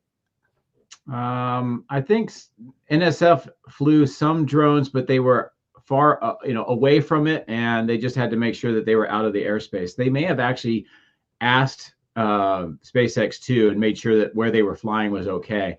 But the thing is the farther you get away, the more zoom you have to make, which means unless you do large, area shots, if you're trying to get details, it becomes very difficult. And have you ever been? I have not gone to McGregor, mostly because I know that the access hasn't been great. And if I went out there, I'd want to go on the site. So which means you need to know somebody and get a tour. And I don't have that. I have not done that. Yeah, I mean, I think the other difficult thing is like at least you'd want to hear one of the tests, but they're all sporadic. So it's like, it's not like Yeah, well, they're doing a lot of tests right now, especially with getting the Raptor 3s ready to go. I think recently they were up to almost number 80, which is perfect because you need 33 for the booster and currently 6 for the ship. So they're well past that number. And I am hearing that they have the number of engines, certified flight ready engines for booster now 19 and ship at Starbase, or at least available for Starbase and building. So from what I'm hearing is the engines are not a limiting factor for Flight 12 anymore, which is a great sign. Yeah. Well, let's go. Exactly. Just we need a booster. Yeah, yikes. Oh my gosh. Did they disclose what happened? They still haven't. Not officially. I think the official announcement was that they were doing a pressurization test with pneumatic or ambient, which means it was non-cryo, and they had that anomaly. I think most people now believe that it was a COPV, a composite overwrap pressure vessel. Yes, but just because but because it was a COPV doesn't mean we know the root cause. Was it because they accidentally overpressurized them? Was it there was a failure in a valve of pressurization? Was it a manufacturing defect? Was it a handling defect? I don't think we know. I think we just generally know that at least one COPV most likely ruptured, and it caused the cascading, zipping open of the oxygen tank. And also, you could see with the booster several shrapnel wounds going through the backside and also through the fuel pipe, which is really the only thing that kept it standing. Wow. So if they wanted to have data about how strong the fuel pipe redesign is, they got it. It's quite Yeah, strong. I mean, they've taken something away from it. Okay, final question. Is Jared confirmed? Not yet, but we think it's very likely. Yeah, I think it's all but certain. The way the questions were going today, the people that supported were just asking about their constituency or the things that was interested to their particular areas. The people who might be considered detractors were asking basically irrelevant questions, or they weren't doing anything to try to railroad this or get it off the rails. I think it was pretty much everybody knew it was all but confirmed. The fact that several senators just left during the hearing, and I don't know how many ended up asking questions, but there's 28 senators, 14 of each side on the committee, and it was certainly not anywhere close to that asked questions. So I think it's pretty much confirmed, or it's all but confirmed. Let's hope so. Well, I guess we're at 3 hours, so I'm going to end the stream and work on a recap video. All right. Well, thanks for having me on. It's always fun to do committee hearings. Yeah. The chat is going crazy. Well, thanks for, of course, hopping on. I don't think it would have been as fruitful without you. And thank you, everyone, for watching. And let's just hope that we finally, better late than never, get Jared as head of NASA. There he is. Yeah, I like it. I like it. Awesome. All right, guys. Thanks for watching. Have a great rest of your Wednesday.